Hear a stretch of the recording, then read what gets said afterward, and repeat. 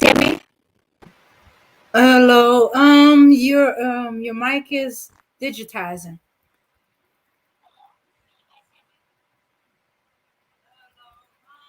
Let's um let's try again.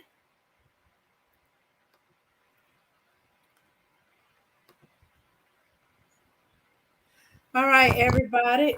Dave, can you hear me? Yeah, but you're digitizing. You're very digital. You sound like a computer love. All right, everyone. Welcome to Relationship Talk with Sharlene. Uh, be back in a moment. Just working out some kinks in the mic. Um, so we're talking about what are the traits of wife material. It seems like there's a lot of talk of what would make a good wife. Um, do guys even know what they're looking for in a wife? Um, some of them don't even seem to know what they're looking for in a woman, and it brings up all kind of questions. Who is wifey material? And where do I put my finances in the relationship? Even brought up questions: should a man go overseas?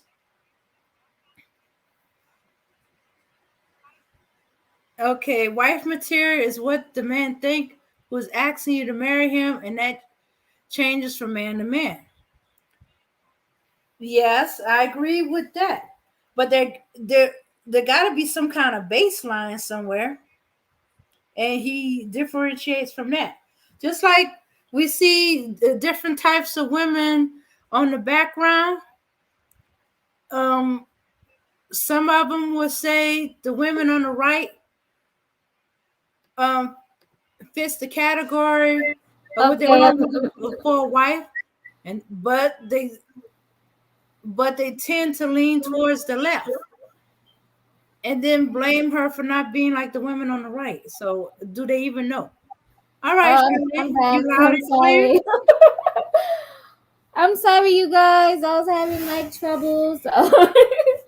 But Dame kind of introduced the topic. Dame, what did you say? What did you go over? Oh, okay. What are the traits of wife material? Who's wifey material? And Mama Rain said wife material is what a man thinks who's asking you to marry him, and that changes from man to man. And I agree, but I'm thinking there should be certain baseline because some of these guys seem to don't know what they want in a woman, let alone what they want in a wife. So Facts. maybe some base suggestions, and they adjust it accordingly to their taste or what they're looking for. Mm. Hmm. So yes, so we about to tune into this conversation today.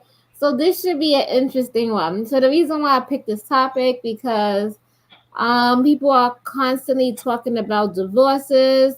People are constantly picking the wrong partners, and then they wonder why things don't end up the way they're supposed to.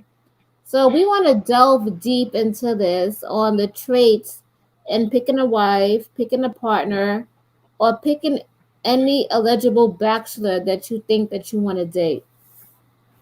So before we get into the discussion, I like to set the mood. So I'm about to do like at least 2 minutes of affirmations. So if you're in the space, you're in for a treat. And you guys just take this in. If you are single, this is a great time to listen in and take these affirmations in, and hopefully you will meet the partner of your dreams. Okay. I am ready to meet the one. I trust and believe in myself. I always find love wherever I go. I am ready for a loving relationship. I respect and love my partner deeply. I deserve to be loved and to give love. My relationship is natural, healthy, and happy. I love spending intimate moments with my partner. My partner and I both deserve to be loved and to be in love. I deserve to be loved and to give love. My partner and I are in a committed, loving relationship. I respect and love my partner deeply. I trust and believe in myself. I attract loving and supportive friends. My partner and I are in a loving and harmonious relationship. I believe that relationships can be joyful and fun. My partner and I feel safe and comfortable with each other. Our love is stronger than any disagreement. My partner is madly in love with me, and I am madly in love with my partner. I appreciate all that I have. I feel loved. I am in a loving, committed, strong relationship. My partner and I are deeply in love with each other. It is easy for me to love my partner. I nurture my relationships with love. Okay, you guys, now we are ready to get into this sticky, icky topic after we showered ourselves with love. Oh, you said Let my me mic. um Okay, let me jump in here real quick, Sharlene, if you don't mind. go ahead. It's not so much as a woman being wifey material. All women are wifey material, even the ones you think are crazy. They're wifey material too. The question is, where are the husbands? Where are the men who are husband material? Because it's the men who ultimately have to convince the woman that they're worthy of being a husband and that they can be a father to the children. See, it's the men who have to sell themselves. So women don't have to walk around here worrying about being wifey material. You see, this is a trick that they're pulling on y'all. They're reversing everything. They're trying to make you think that everything is on you when it isn't. Everything is on the man. It's up to the man to prove himself to you. He has to prove to you that he's a hunter gatherer. He has to prove to you that he is a provider. He has to prove to you that he is a protector. He has to prove to you that he's also a loving man. He can be a loving man to you. He can also be a good father to y'all children. He has to prove himself. There is no a woman needs to be wifey material. A woman's automatically wifey material. Okay, even women that we think are ratchet or whatever. Okay, if the right man comes down the pike, boom, they're married. If the right man convinces her that he's worth it, boom, they're married. Okay? So I'm saying it's the men that need to be husband material. That's the question that needs to be asking. How many of these men are that are out here that are actually husband material? I just wanted to add that. Thank you. Okay. We will take what you said into consideration as we move on. Okay, so we have a couple of articles for you guys, and we want people to hop up on the panel, so you guys can click the link and feel free to tell us what you think. But we really want to get into this because even though yes, a man could be all that he is for a woman once he proves himself, but I think the woman has to want the same thing, and I think you have to pick your partner based on compatibility. Number one. So that's what we're going to talk about. We're going to talk about how can you efficiently pick a partner, because you can just pick anybody. Like, and you could go to a third world country and just get a woman. You can get any woman off the street and make her a wife. But is that the right woman for you?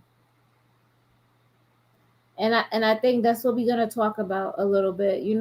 Like how do you know if it's the right one for you? Dame, did you want to say anything? Yeah, I think that's part of the problem. They're assuming that uh, we as women are interchangeable, and all they got to do is go out there, pick one that and go. that we're all the same, and that's that's just it. We're not all the same, you know. At least you need to talk to find out if y'all on the same page, and and and agreeable. She can't be just somebody to sleep with and cook and clean. There you have it. I mean, you can say the same thing about men too. Like a woman just can't, just because a man has $1 million, she just gonna go up and just marry him because he has money. I think the same thing goes, same thing equates, because I mean, you guys could get married, yes. Is it gonna be a fulfilling relationship, or is it gonna be like what I want to say the manosphere say, which is it's a duty, it's your calling, right? And I'm not trying to negate that, raising kids is not important. It is important, right? But we just want to get down to the fact of picking the right one, like the song just stated, like Cisco stated, right? He can have all the women in the world, right? And he can have all the fancy restaurants, right? And he can have all the flashy cars and the flashy bling bling, but he doesn't have the one woman who he truly wanted. Hmm. Right. Or See, I see y'all not listening to anything I said, huh? we did, but we have to put our own spin on it. We can't agree with everything we Right, say, but right. But but you ain't agree with nothing I said. You're not even listening because I'm trying to explain to you, right? They making you think in the reverse. You're not the one that has to put out. They are the ones who have to put out. But they got you thinking you got to do everything. That's what's screwing everything up. That's what's stressing y'all out. That's what's gotten y'all running around here thinking that you need to do this, you need to do that. You're not good enough for this. You're not good enough for that. That's supposed to be on them, not y'all. No, we're going in there like they don't. We think like they don't know um, what they should be looking for, a baseline of what they should be looking for, um, or how they should be seeing a partner. Yes, I do know, we do know the guys choose and all that other stuff, but we're coming at it that they need help. they do need help. Let's be real, because they over here picking hoochie mamas, and any girl who don't know her words and who can't speak English. Or they choosing I'm any girl making that's willing to sleep with them. Okay. Hmm. Yeah, that's all we saying. We just Apparently, this ain't a serious conversation. I see you guys just joking around, right? No, we no, we dead serious, but serious. you're coming in. You coming in like we didn't hear you.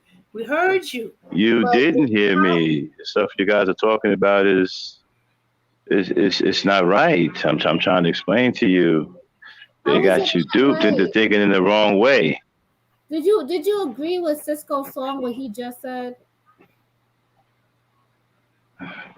I didn't really hear the song, so He I said wasn't that paying attention. he could have all the women, all the fancy cars, all the nice restaurants, right? All the flashy and the bling bling things, right? But it still doesn't equate to the woman that he wanted, the one woman who he loved, and he wanted her to love him.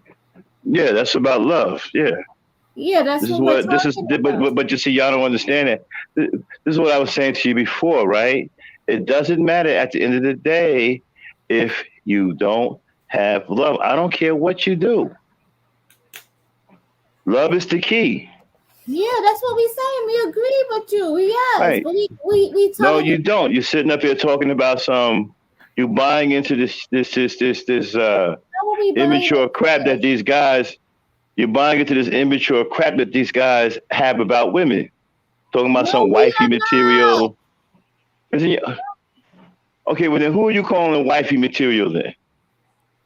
We're saying that because I don't You're know saying if that because that's Max, what they say.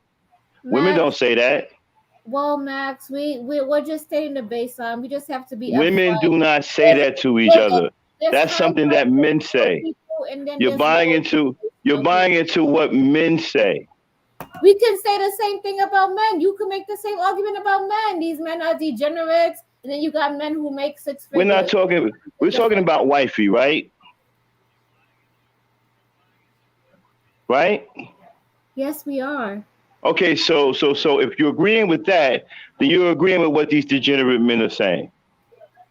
The same ones that you call degenerate and all that stuff, right? You're buying into what they say about you and the image that they created about you, and you're buying into the expectations they have for you. Well, we can say the same thing that we agree with Cynthia G. What Cynthia G says. What about that one? I don't know anything about that. Okay, there we go. You can't. You gotta play the argument both No, sides. I ain't gotta play it no way because the way I'm playing it, right? There's only one way to play it. No, you're not being fair. You have to I am understand that being fair. There's there's only low one way to play vibrational it. people on both ends, It men has been and women. like this. It has been like this since the beginning of time, and nothing has changed. The man is the pursuer. We understand that. That's why we having this No, conversation. you're coming Because with other they're not scenarios about putting the what, right woman. there's something else going on. Ain't nothing else going on. And then what they got you doing, right? They got you thinking the way they want you to think. You Well, keep buying into this silly notion about what well, women I are. disagree with you respectfully. I don't know what you want me to tell you. It is what it is. But we have Mella here on the panel. Hi, Mella. Hello, good people. Hey, Mela. Hey, Jane Frankie. One of the sweetest voices on YouTube. How you doing? I'm doing good. Okay. Little. Exactly, but this is what I'm trying to get her to understand. Oh She my don't know what God. she's falling into. Exactly. Everything is about them. And you're falling right into it. The reason why I have this conversation is because these degenerate men don't know how to pick women themselves. But you're So listening to I them and you are judging yourself by what they tell you. okay, so I want them to take, how we take accountability. They need to take accountability for the partners they choose. And that's what we just doing. That's all that we're Why would doing. they do that? Why would they do that if they got you thinking? Why would they do that? Right? Why on earth would they do that if they got you thinking the way they want you to think? They don't have me thinking, what do you mean? It's the same thing. If I wanted to pick a You partner, walking around here calling yourself wifey material. Where do you think that comes from? so you It don't just come don't from. It explain. doesn't come from other women. Okay. If I may say something, Go ahead, Mella. what Max is saying is absolutely correct. And I'll tell you why without being disagreeable amongst us. The term wifey is, well, I know for a fact that it was a term adapted from a book originally that was written by a white woman, but eventually black men who are rappers, or R&B artists, they started exercising that word. They started putting that word out there. And what I believe Max might be interpreting is that you are subconsciously allowing yourself to be influenced by a man's standard when he has to dance to your music because you, Exactly. okay, because you as the woman is in fact what he wants. He's just going to make it seem like you need him when it's the other way around. And Exactly. that's why these terms like wifey, they're very colorful to hear. It's like, oh, wifey, that's a cute word. And next thing you know, it gets in our subconscious and we start using it without realizing we're being influenced by deceptive tactics of you need to be agreeable to my standard as opposed to me admitting that I need you as a woman. Am I correct? Absolutely. Thank you, No, Mela. no, I'm not. Appreciate that. I'm asking. Thank you, Max. I'm asking Creative Solutions as well as Dame Frankie. Did what I say make sense about how we're being subconsciously influenced to the No, point where these terms like wifey, it came from black no. men. No, you're right. I wanted to change the title to life partner. Yeah, Original. he wanted you to be aware that there is a such thing as being subconsciously influenced, and he just wanted to make sure you're on your toes, and not being. I don't think you're being fooled. I think that you're just um, being who you are. I don't think but Max, he's real protective, right? And he's very concerned when he hears that there's a possibility a woman might not understand that it's a man's nature to deceive a woman, and it's up to the woman to, keep her gate closed from that foolishness. And so I just wanted to make sure that people understood that you're not silly at all. You are conducting a production, otherwise known as a show, and you're Mhm. doing it under a title that you would find attractive to the general public. That doesn't mean that you're subconsciously influenced. So I Yeah, see it I'm from both not. sides. Okay. Yes, I'm let everybody know we're just doing this show generally, because we want people to take accountability for the partners that they choose. That's it. And now that we have this information, now we know what we can choose and what is out there to us. Okay, now that we know that we're all protected by Max and we're not silly women, let's go on with the show. the the important the important message. The important message. Yeah. Okay, let's go on with the show. All right. So we have three articles here. So we know that we're in a new age of dating, right? It's not like the old days, right? So when I was looking at these articles, I noticed that these articles took introspection, right? They took into consideration of what women are nowadays, of how we have evolved, and they took that into consideration. And now, based on the articles, these articles are talking about relationships that are more on a, how you can say, more on an inner level. So it's more of an inner standing versus what versus an outer standing, if that makes sense. I think it does. It I'm does. trying Okay. to I'm trying to catch up with what you just said. Oh, okay. So basically, they take it in perspective, the woman's perspective, like her creativity, her working, her own self, her ownership, the way she thinks. They took all of that into consideration when they wrote these articles. And I kind of really like it how it has a modern spin to it, and how it values the woman's mind, and I really like that about it. All right. All right. Before you go on, another thing about wifey, right?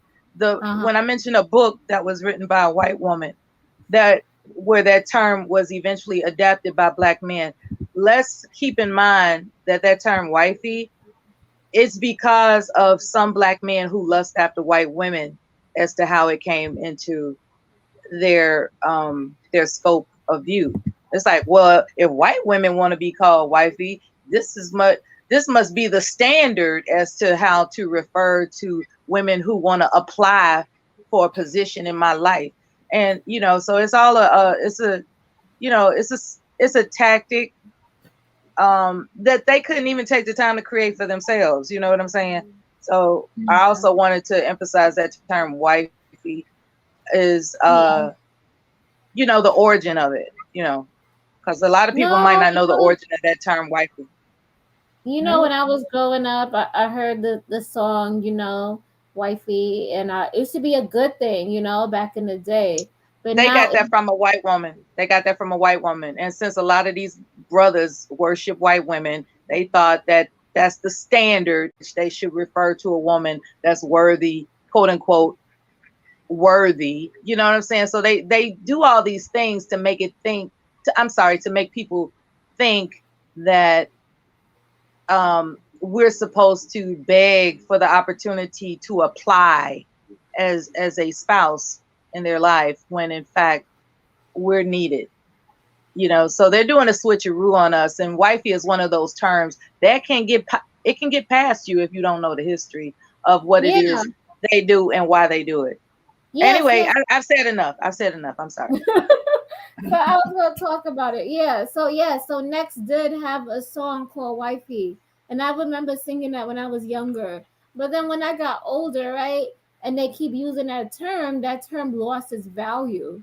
And then when you get like really older, now you're like in your 20s, when people say that term to you, it's a degrading term. Like nobody ever wants to be called wifey because now it sounds like a playmate. Now you're playing games with me. You don't really take me serious. Right. Now, yeah, now today, if somebody was to call you wifey, you look at them, you probably want to smack the shit out of them. Because Pretty much. the facts, right? That's just the truth though. If somebody was to call me that, I will feel inferior. I'll be so mad. Like I'll be like, what? I would think It's that's like an Yeah, assault. it's become a nickname at this point, Yeah. as opposed to be taken, at this point it's a nickname. It's not really um introducing the principles and values that it takes to build a family. That's not what that word represents. It's a nickname. You know what Yeah, I'm saying? it's almost making fun of the woman for being foolish, basically. Yeah, it's equivalent to ride or die, ride and Yes. die, whatever just all these terms that these brothers don't even have the courtesy to make up on their own. They stole it from other Mhm. places that they Yeah. themselves admire, you know.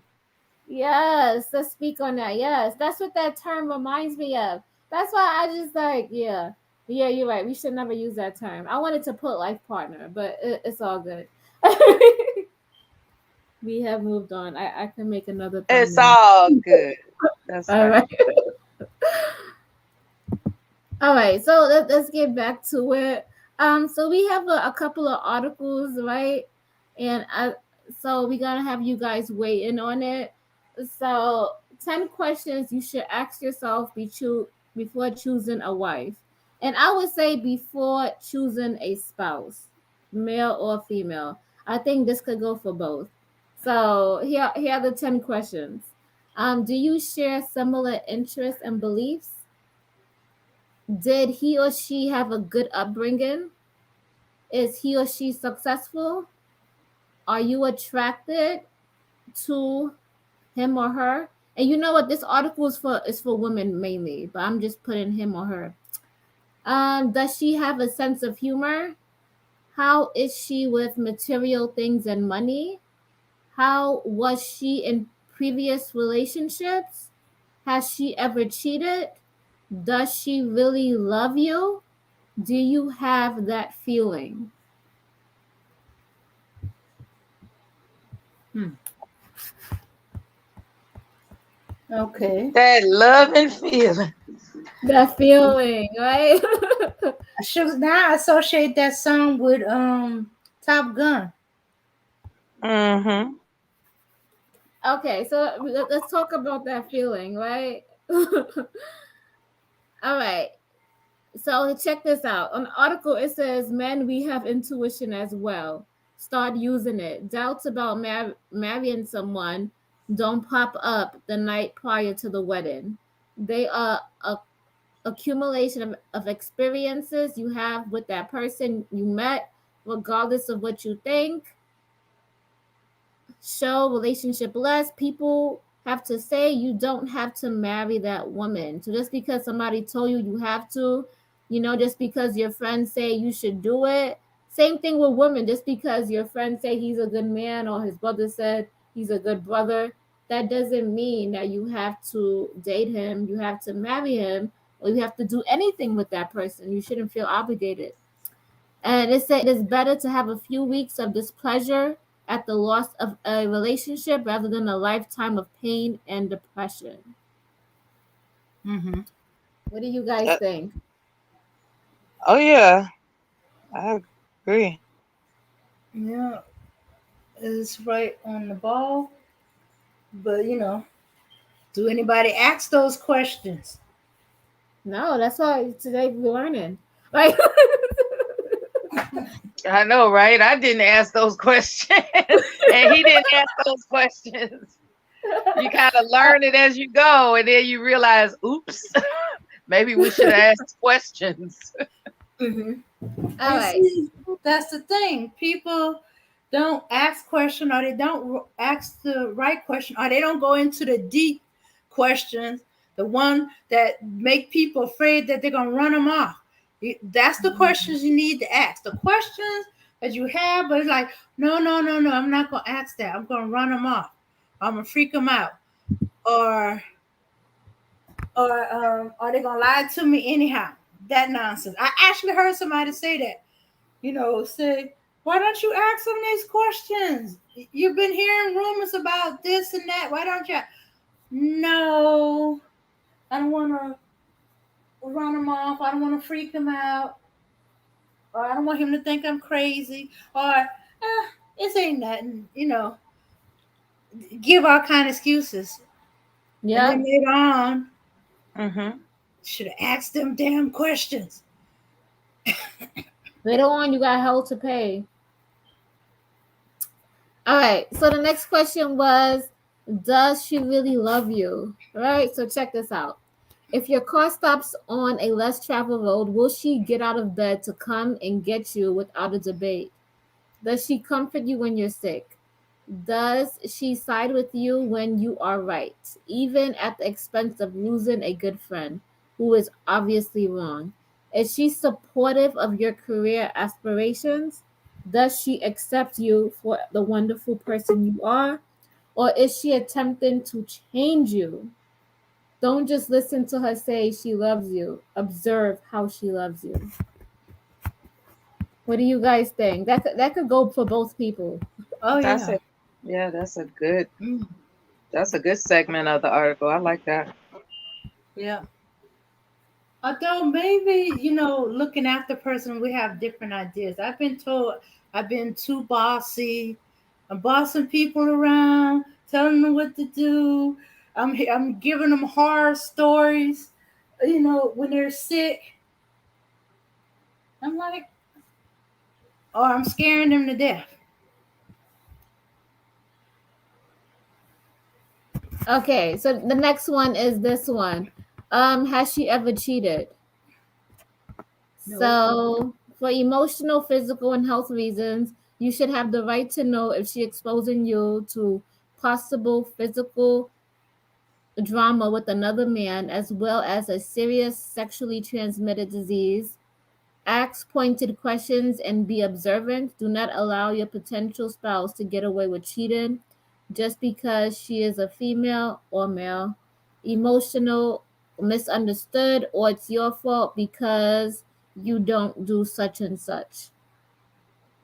She does not want potential husband that will put her life at risk. You deserve the same respect. I think the same could say for women too, because if a man cheats and he gives you a STD, you could become infertile. You can Mhm. have a lifelong of symptoms that you it's hard to get rid of, and there's some STDs that you really can't get rid of. Okay, I got a question, right? What I Uh-huh. keep hearing is, right, you keep implying women can do it too. If men can do it, women can do it. What is it with this gender thing? No, I'm Because it's saying these asking a questions. question. Yeah, these questions could go for both sexes and not just man or woman. It's for both people in relationships. Yeah, because I keep hearing that. It's really not about that. Okay. Okay. Elaborate, please. Yeah. I need a No, little bit. she thinks that it's a gender thing that's going to bring black men and women together. No, it's not. It's not. That's just going to keep you further and further apart. We have to be able to solve our situations with real conversation and real honest feelings, rather than say, "Well, men do it, and so women should do it, and women do it, so men should do it." That's not going to get us anywhere. Okay. In Yeah, terms I of agree with in that, but terms of cheaters, Is that what you're referring to? The cheater part? No, it's just that throughout the podcast, again, she's done it several times. She said women can do it too. Just like when we had our thing earlier, she was saying that she was comparing men to women and women to men. I did not compare. That was in the That you did it beginning. long when you said That it. was in the Yeah, in the beginning beginning. you did. Right. Yeah, I'm talking about the article. I'm just saying this could go for both sexes, as men Yeah, as well as women. Okay, that's fine. It sounded like you was doing the same thing, but okay. I could no, have heard wrong. My it's bad. just that the questions could be asked to men as well as to women. The woman Hmm. can ask the question to the man can ask the questions to the women, to the woman that he's interested in. That's what she's saying. Hmm. Hmm. Although the question about if you ever cheated on your partner, I think you should slip it in with a few softball questions that they can go yes, no to, and then watch their response.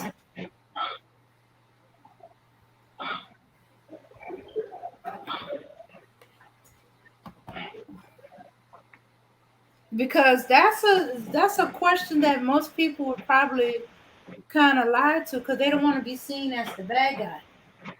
That's Oh true. yeah, they're gonna lie, and that's but at least you have on record what their response is, because when you find out later that and I would even offer this, right?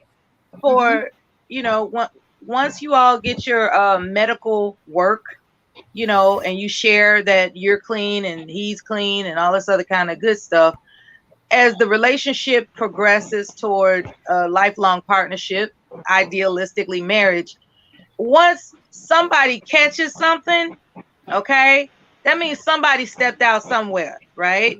And Hmm. did you know you could sue somebody for stuff like that? So if you get it in writing, like, I'm not a cheater, I don't cheat, and we're starting off with a clean slate. We have no communicable diseases, and we're both starting off with a clean slate. So then, it's as time goes on, because this happened to somebody.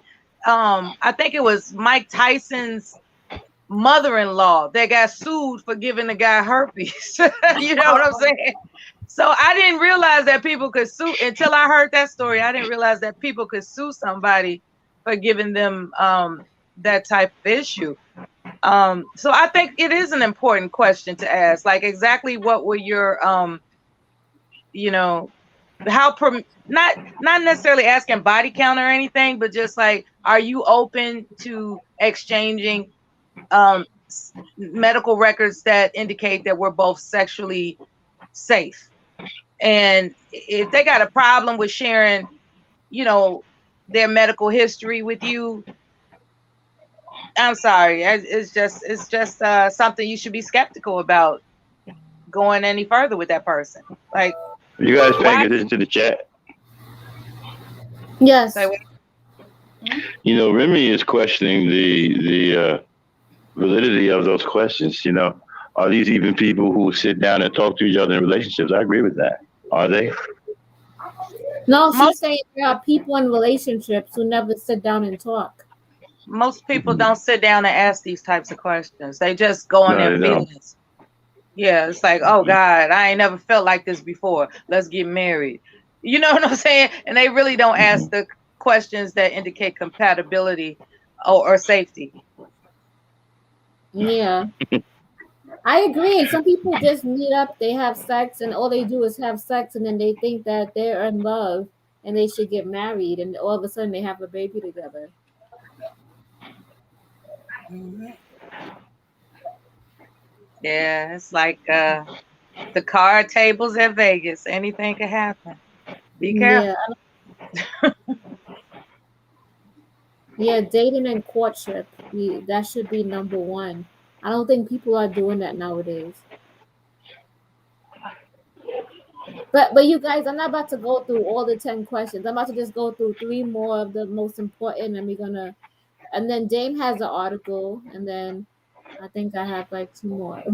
Wait a minute, hold on one second. You said that people aren't dating and courting anymore. So what are they doing? Hooking up You and know, having sex. And that's Netflix and supposed to chill. and that's supposed to lead to what?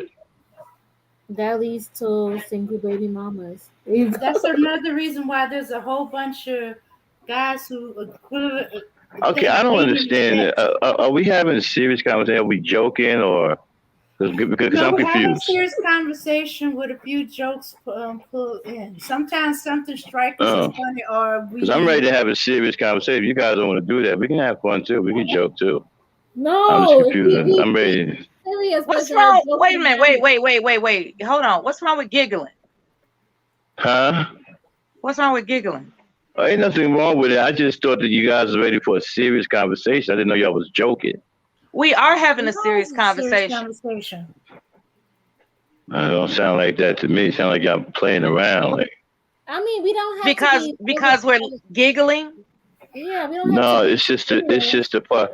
It's just the kind of questions Oh, they're it's the like questions. unrealistic questions. What Yeah, questions but do you have in mind? Yeah. I think Since these you are know Huh? that, important questions. what These are questions should important. men ask women that Well, I Yeah. don't they're have none at considering? I don't have none at the moment. But if we keep talking, I'm pretty sure some will come up. Okay. That'll be Okay. helpful. Mm-hmm. All right. So I'm gonna move on. Um. So I'm gonna move on to: are you attracted to her? Right.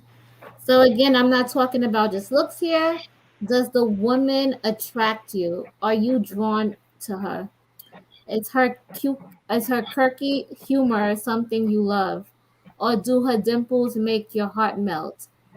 She doesn't have to be a bombshell, but there's got to be something about a woman more than externally that makes you want to choose her as your wife. And yeah, I agree with that too. That's a good question to ask people. Like, And what would that be? why do you like me? Um, you got to ask these people, like, why do you like me? Some Or do you people, even like me? right? Some people find someone's walk more distinctive than anybody they've ever met. The tone of their voice, the the texture of their hair, the the brightness of their smile, and their dimples, and their hip to waist ratio, or their little bitty feet that always just look so pristine and cute. All types of physical attractive features fall under that criteria for a lot of people. Some people like the size of somebody's ears, believe it or not. Like, oh my God, your ears. I mean, people oftentimes when somebody is not necessarily the love of your life, but I would say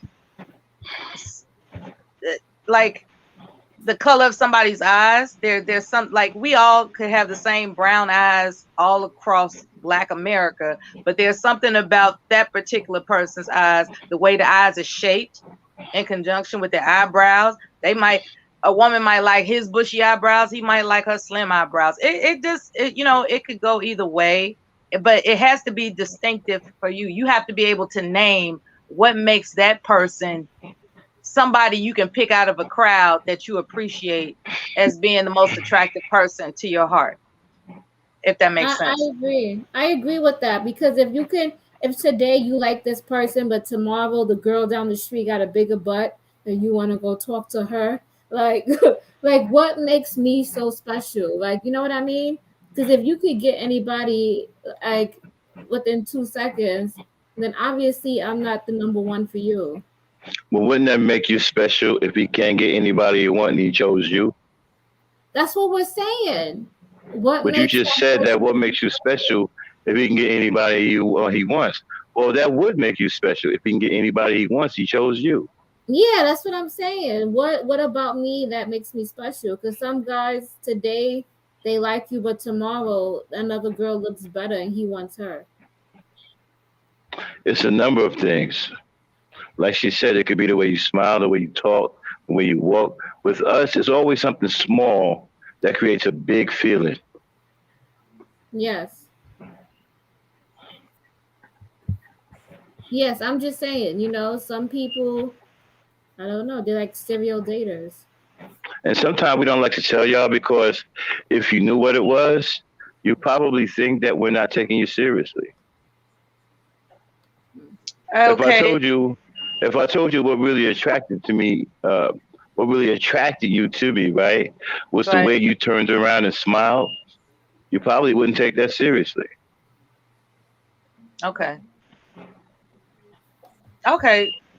Um, if what I liked when I first saw him are his biceps, and we grow old together, and he loses his biceps, does that mean he's still not the love of my life? You know what I'm saying? Yeah, that would be something that you would have to answer. I wouldn't know. Yeah, because I that's why I find it difficult to engage with attractiveness being based on something physical, but at the same time, it is fair to be physically attracted to somebody. It's just that when you get older, things change.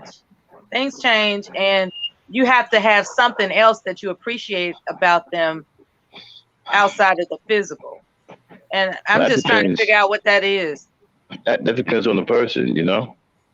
I mean, if she turned around and smiled at me and I became attracted to her, I mean, of course, it's not just going to be that throughout the entire relationship because that just gave me, the opportunity to approach her and talk to her and get to know her. So the more I get to know her from there, that's what's going to build up that real interest in her.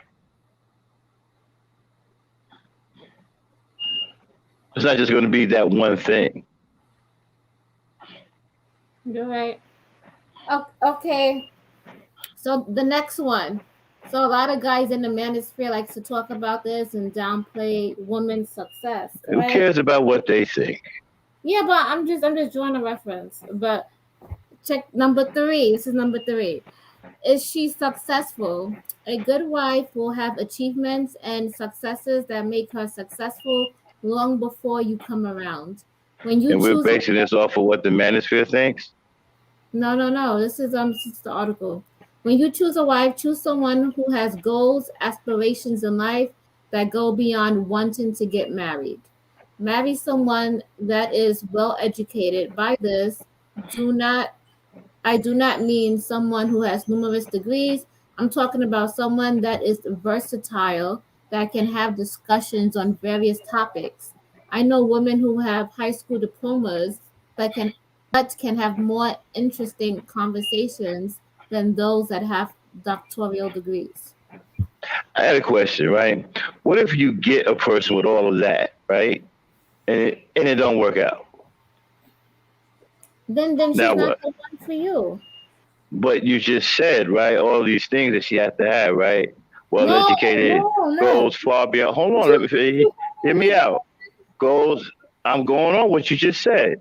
Goes far beyond marriage, super educated, and all this other stuff, right? What happens if he gets all of that and it doesn't work out? Now what? Then you guys What's argue the what's about the it. cookie cutter? What is the cookie cutter image you're going after next? It says I'm talking about someone that is versatile and can have a discussion on very. Exactly, and it doesn't work out. Now what? You think things work out with people who are versatile all the time? No, we're just talking Okay, about. so okay, so I'm challenging what you're saying. Uh That's huh. what the What if it article is saying. right? I'm challenging the article. What if it doesn't work out? Now what?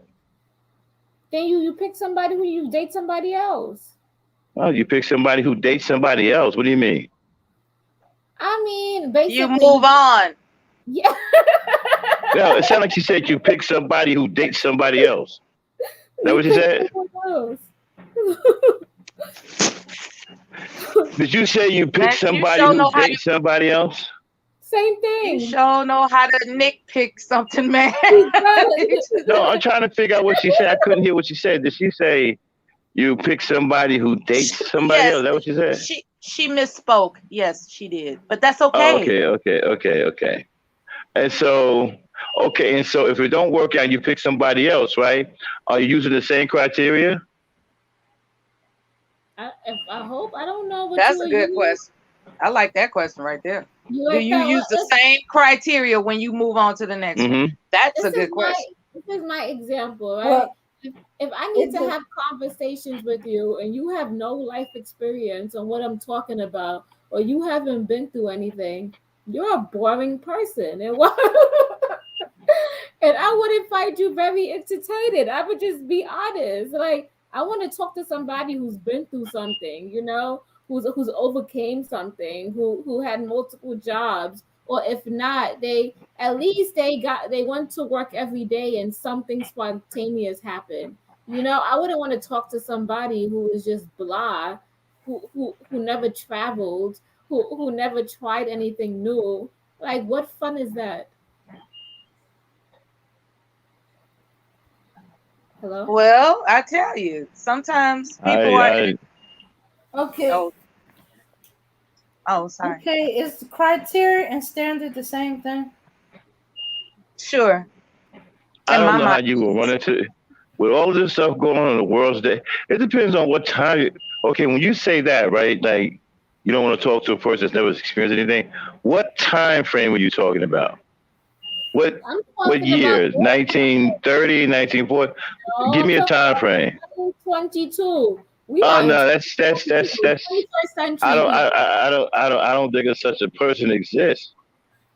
There's too Yes, much going on for somebody to not experience anything. exactly what I'm saying. Exactly. So everybody should be experiencing something. But some Right. people, I mean, so I, I don't know what you. I want to examine this word boring that you used, uh-huh. Yeah. because what what is it that you're saying about a boring person? Because stable is sometimes confused with being boring. Reliable is sometimes confused with being boring. Non Content. non-violent is sometimes confused with being Yeah. boring. And I So content mean, too. When people are content, that can be confused as boring. exactly. somebody Not who's not having a stable. criminal record can sometimes be confused I'm as not boring. talking As about boring. Exactly. I'm not talking about stuff like that. Like I'm talking about like if you just But you're not telling graduated us high what you're talking school. about at all when you say boring. You just said boring. Yeah, I just said boring. If you have no Right. life So experience, you're you boring. didn't put anything with it. You just said boring. So we're Okay. allowed to make up what we want to make up about Well, boring I because just you explained didn't specify myself. I anything. just said if you don't have any life experience, if you haven't went But anywhere, you didn't you didn't. attach that to boring though. Oh, okay. So now I'm attaching it to it. If you didn't go anywhere, you didn't do anything with yourself, you didn't go to school, all you did was stay in the house, and you didn't try to experience anything, and you just stayed online, like what can you really tell me? What experience have you had that we can share? You You know? would probably have to go back to the 80s to be somebody like that. Okay, that's what I'm saying. So that shouldn't affect anybody. Everybody should have some kind of experience that they can relate to. And then on another hand, there are people that delight in introducing people to new experiences that they're familiar with already. Like say you got this person that you met online and they've never done anything other than be online for whatever reason. Hmm. Maybe they were depressed or whatever. Hmm. And then they meet you and a whole new world of inspiration has come to them and you say to them, yeah, because I remember when I was in Rome and how this I learned this and learned that. And they say, wow, I never got a chance to go to Rome. And it's like, well, what's good about our relationship now is that I can be your tour guide. You know what I'm saying? So it doesn't have to necessarily mean that they're boring because they didn't go any place. To some people, not to you, that would be a boring person. I think what you're saying is like, wait, I've been to Rome, so we can't have a conversation about what it's like to be in Rome. So to you, that's a boring person. But other people might think like, I'll be happy to take you to Rome, well, show you Rome or whatever, Hmm. whoever's paying for it and however you get there. But the point is, I'll be happy to demonstrate what I appreciate about my experience so you can have an experience for yourself. I Um, mean, I'm a cat lover, right? I like to watch videos about cats.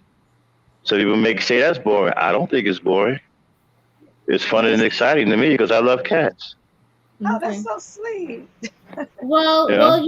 people have different experiences, and some people might look at you like, okay, But if you haven't done much, and let's say you dated somebody who was Okay, 10 when or you say done much, right? Can we get some kind of all right, let's say you're young. um? You're like 18, 19, or you're 21, right?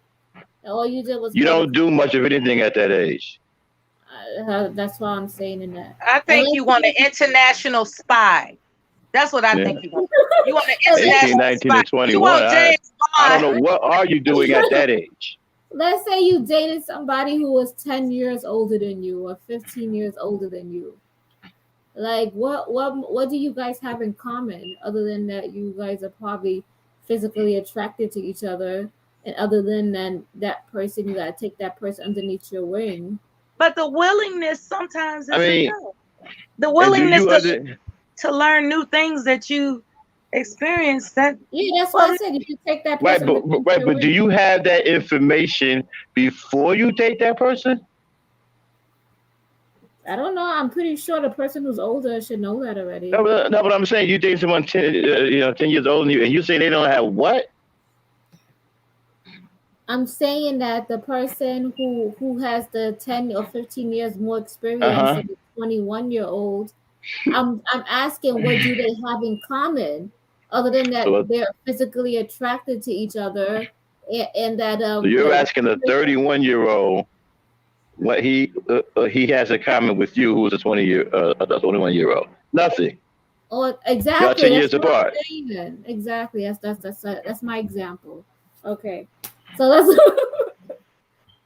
So why are you trying to date a person like you had nothing? I don't. I'm confused. What are you saying? there's men in the space who wants to date women who are in their 20s or 21, and they're like what 45. That's because those men are probably borderline pedos, if not pedos. They're perverts, sexual deviants. or at the very least insecure. Exactly. Yeah. Insecure, immature. Yeah, they want a young lady who's gonna look up to them Hmm. as a new exciting person. These are men with broken mentalities, can't be fixed. Okay, all right, next one. Did she have a good upbringing? So she should be brought up in a loving home, or at least have a strong values, and a good understanding of family life. She should respect others, love her parents. She should have good manners. If the woman you are considering marrying is rude, uses a lot of profanity, look down on others, is excessively moody, argumentative over minor things, and or is generally ill-tempered, do not marry her. This type All right, of but you person see, will turn you. let Go me ahead. interject, please. That's someone's personal opinion about another person. You're right. You're right. We can't tell people Okay. what to and what to not to do. Exactly, because that same woman who cusses like a sailor may not do that with someone else. People act differently around other people. People act accordingly to the people that they are around. Mhm. Okay? I know some girls who can be, what, 30 feet from me cussing and screaming. But when they get around me, they don't say stuff like that. Everybody's different depending on who they're with. Some people, if they don't respect you, they don't care how they sound around you. Others, if they respect you, they watch what they say. How can you judge if somebody's moody or not? You don't know what somebody's going through. You're right, but that person should not be. I feel like if that person is rude, they shouldn't really be rude or negative towards you because you I love don't them. know if you get to tell somebody what they should or shouldn't be. I think what is the proper way of going about it is saying to yourself what you won't tolerate. Yeah, exactly. That's why the article said do not marry her. I'm just joking. But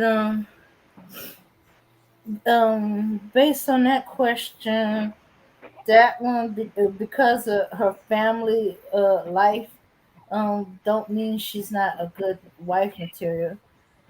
Uh, it could be that she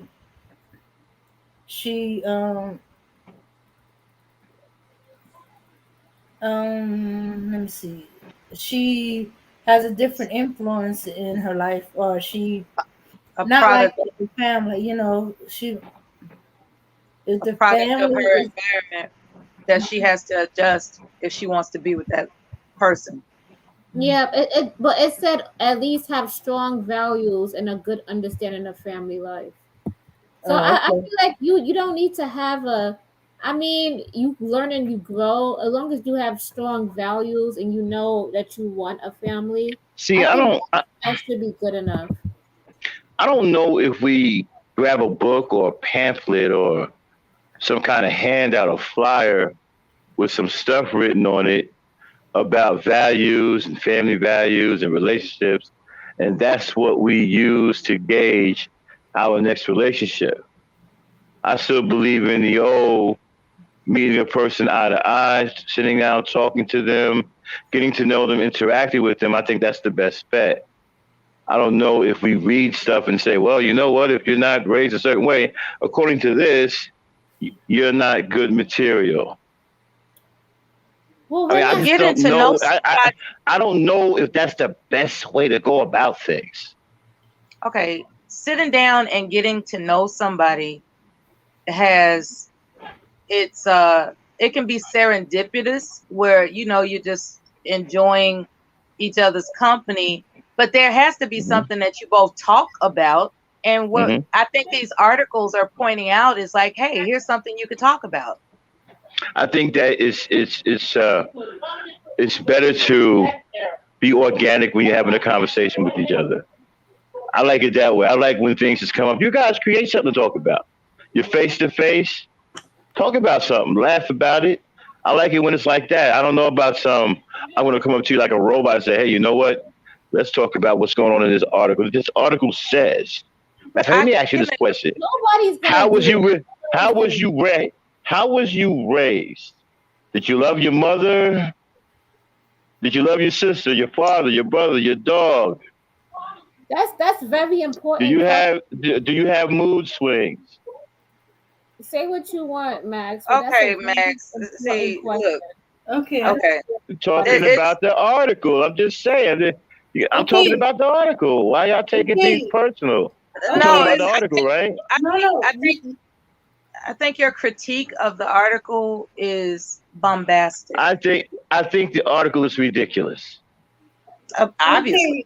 That when you sit down, that you should ask some of these questions at some point in your relationship with this person, because a lot of people don't ask important. A lot I've of people are not never, honest with in each other. all of my time Mhm. dating a woman, a black woman, I've never asked her how was she raised.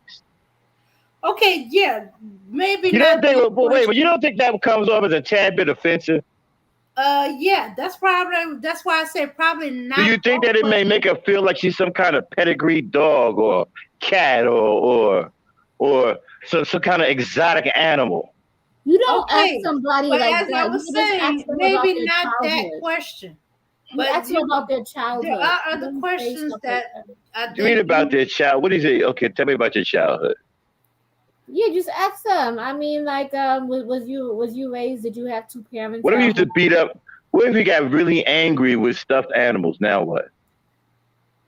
Okay, you have to know stuff like this. What do you I'm just mean? saying you found out at the age of Yeah, you Max. found out at the You know age of how many 10, problems? you I got know how many really women angry just avoided with some problems teddy with asking bears. questions. Matt, Like, what is your problem? Matt, I'm are you just being saying. serious? I'm just asking you a question. Did you wait? I'm Did you I'm just set the asking house you. on fire when you was 8 years old? Okay. You know Uh-huh. what? Uh-huh. My I'm little just sister asking. Okay, you did found out that. that They you set got the house on Oh fire. my really God. upset with some teddy bears and really Teddy got bears. violent with some teddy bears. What is that going to do now? What's the problem with that? That's a That indicates disqualifier. that there's some kind of trauma that he ain't dealt with. Yes, and there we he go. needs to Thank deal So with you. he, that okay, so trauma. he kicked the shit out of some teddy bears. He was 10 years old, and there's some trauma. Not It's about it's that. a We actually, disqualifier. That's ridiculous. you could Yeah, say that, and then you wonder why people end up in these bad relationships. Well, you should have exactly. known. Because You that actually teddy bear could be listened, you later on in life. Forget right? the doing stuff. Okay, that's a disqualifier, Okay, bro. what if the teddy bears he beat up were all males? Wait a minute. How can you tell What? a male Wait, teddy bear you from a can't tell if female a teddy teddy bear bear? He is didn't. He didn't put his hands on the female teddy bears. the Um, look. Okay, first of all, the teddy bears are not sold with genitalia, only Uh, colors. Like a pink teddy all right, bear, a well, we're brown gonna teddy pretend. We're gonna bear. pretend one of the. Yeah, but Regular. they got female bears. They got female stuffed bears, right? With Well, we pink can ribbons, assume right? that because of the clothes, but nowadays Okay, so we don't what if he? What if it know. Oh was my male god. bears Oh my and god. not female bears? Now what? How did we get here? How did we get here? so this is Max. Max, this is what Max does. Okay, Max. Derail in the conversation much, Max? Yes, the whole purpose of you asking those questions is like what Dane just said. You want to see if he looks at his childhood as a pleasant experience Oh or my as god. something negative, or he can say, I grew up here, I grew up, I was a city kid, we did this, we did that. It depends on his response. It's based on his response that will let you know if he overcame and he let stuff go, or he still have stuff bottled inside and like Mm, 2 months later you wonder like why is he yelling at me, what is his problem, and you mm. ain't see no signs come in. Okay, so Max thinks this article is ridiculous, so he's going to continue to disrespect the article. Don't take it personal, ladies. He hates the article, not us. Yeah, All right. yes. I'm almost afraid to do And mine. he hates those teddy Wait, bears that he kicked around in childhood yeah. too. Here's I one thing like you got to take into consideration, right? uh-huh. Everybody don't like to speak about their childhood. Well, that's also a clue. If he's like, I don't want to talk about it, that indicate there's something about it that that's painful for him. Or Yeah, embarrassing. yeah. Embarrassment equals pain. If you so embarrassed that you can't talk about it, that means it was painful. So Painfully what if the embarrassed. person doesn't? What if the person doesn't want to talk about his or her childhood? Now what? That's okay. That's a good point. Yeah, you can't force anybody, you just got to You take can't. notes Yeah. of that. You just have to like them more than the fact that they're not willing to reveal it. Like if you say to yourself, I don't care about your past, you better mean it. You better mean it because a lot of people are not trying to disclose anything outside of what's beginning between you two at the moment. Like my new beginning is with you, and anything prior to that doesn't matter. Do you want to be with me or what? It's just that simple. Facts. Okay, so I'm gonna give the person a prop. So this article is from this guy, Four Men Choose a Wife Wisely and Carefully by Dexter Yo Yobra. He made this article I'm January still 14th. laughing about the teddy bears, Max. I ain't forgot about you.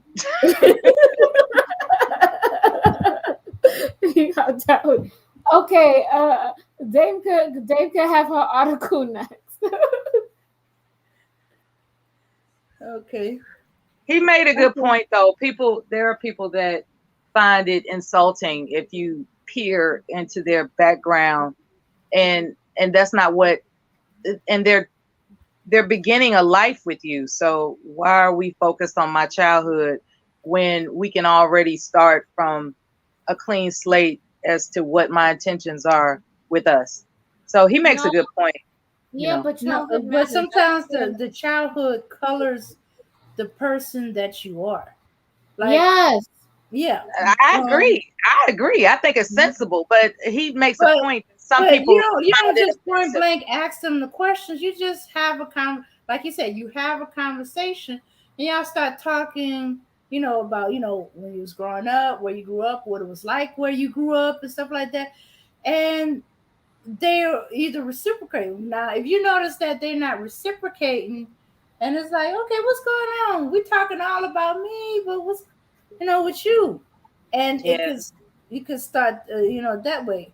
Then And you got that's to find out how important it is to you to know about their childhood. like Max said, it's the organic process of getting to know each other. Like they'll reveal things that they find comfortable about it, because some people might have embarrassing circumstances, and then here you come with the question that demands they reveal it, and it could be a turn off. It could turn somebody off. It really could, you know. Yeah. Oh yeah. For you guys who don't know how to conversate, don't just take these questions and start asking a person these questions. These questions are kind of to be used or keep in the back of your head that you're eventually going to ask. You're either going to bring them up at some Exactly. point in the Eventually, not on conversation. the first date, right? Yes. Not you don't go on the first date asking somebody about their childhood traumas. So that's the point I appreciate Max was making. It's like, wait a minute. So we going on the first date and you asking me about my childhood traumas? That's not cool. You know. Mhm. Yeah, yeah. In fact, these are when this person, you see you having a life with them, you want to get married and stuff like that. Okay, then y'all got there's some of these questions feel are important, but you don't just go down the list. You don't just blurt out all these questions. You kind of bring them up as part of the conversation.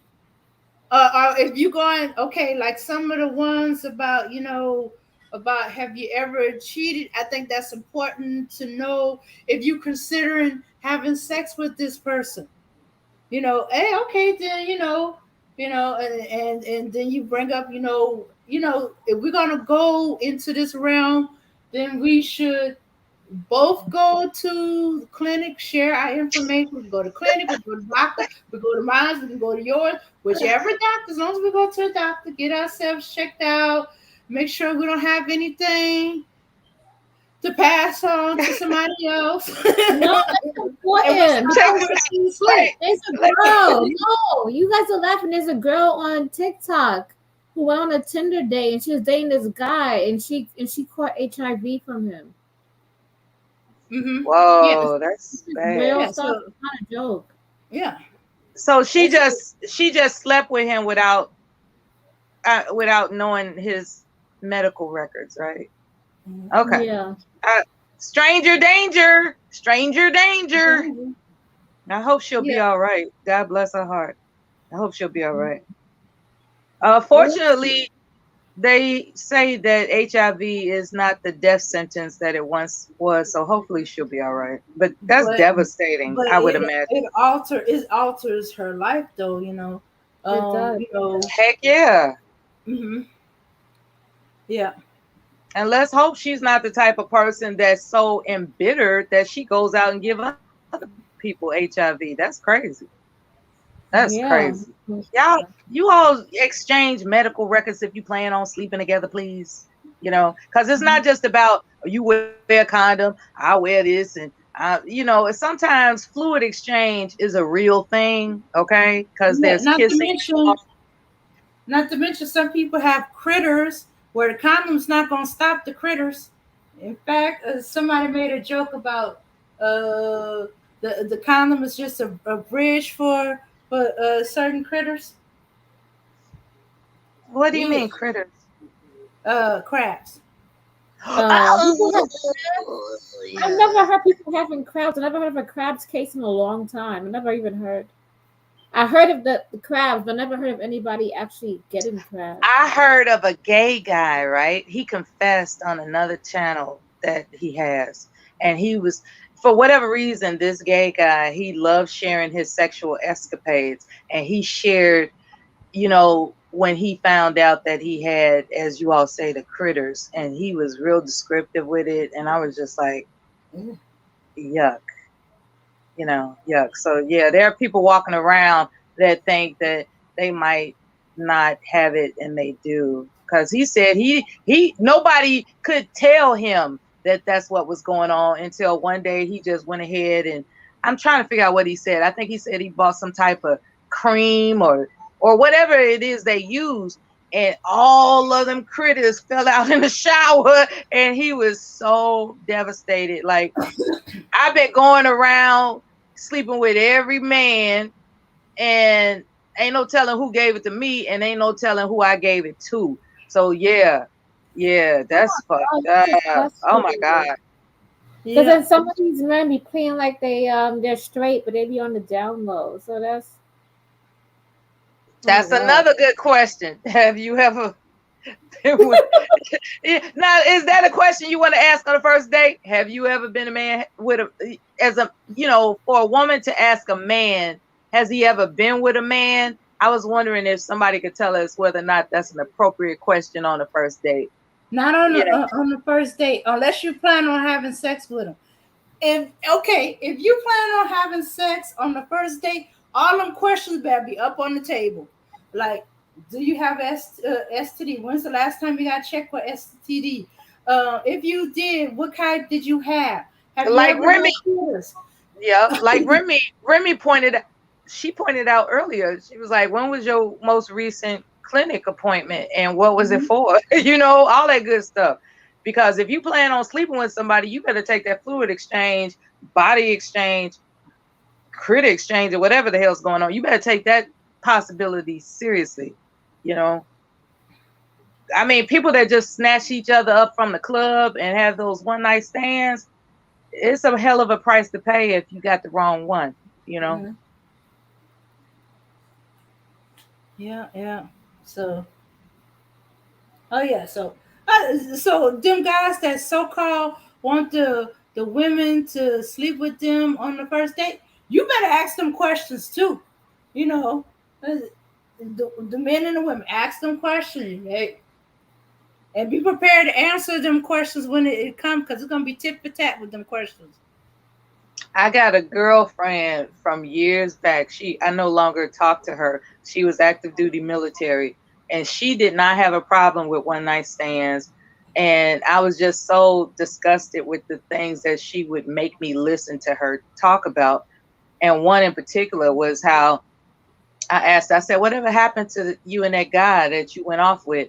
Oh, girl, I made him get his mustache wet. That's the way she described it, right? Mm-hmm. And it was really sickening for me to hear that she would just let a stranger, or a stranger would allow himself to just exchange, go past the gate of anything that could be between them. It was now, as far as I know, she's never told me about having any medical issues, as far as I know.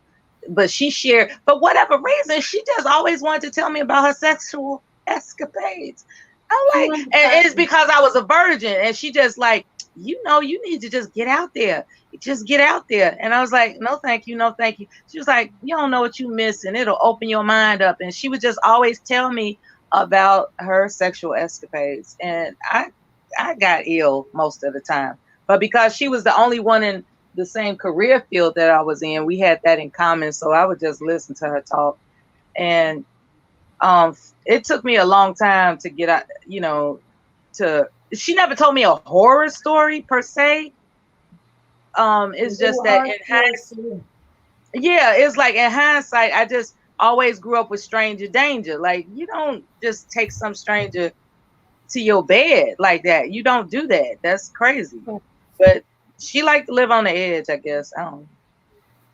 But she turned out to get married and have a son, and I'm sure she's still around. I'm sure she's still around. I'm sure she's doing well. Hopefully. Okay. Well, let's see. Now Charlene had 10. I had it said 20 qualities to look for in a person you want to marry. So this didn't have no particular genders in the person you want to marry. All right. So number 1, they're your best friend.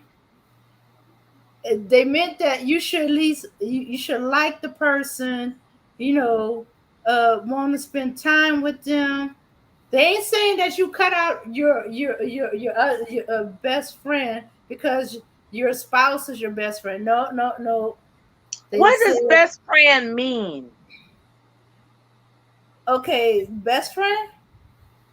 All right, best friend is the friend that you can be completely honest and open with everything, and you know that your stuff is safe with them. So you can reveal the most deepest, darkest, humiliating, upsetting thing about yourself to them, and you know that it's safe with them, and the vice versa. They can tell you anything, Oh, and your stuff is safe with them. They're not okay. going to use it against you. They're not going to tell your business and stuff like that. You know, the person you can trust. Hmm. Mm-hmm. Mm-hmm. To Mm-hmm. me, a best friend is someone that won't challenge your integrity. That's a best friend to me. Mm-hmm. Yeah. Yeah. That's true. That's true. But sometimes, mistakes will happen. But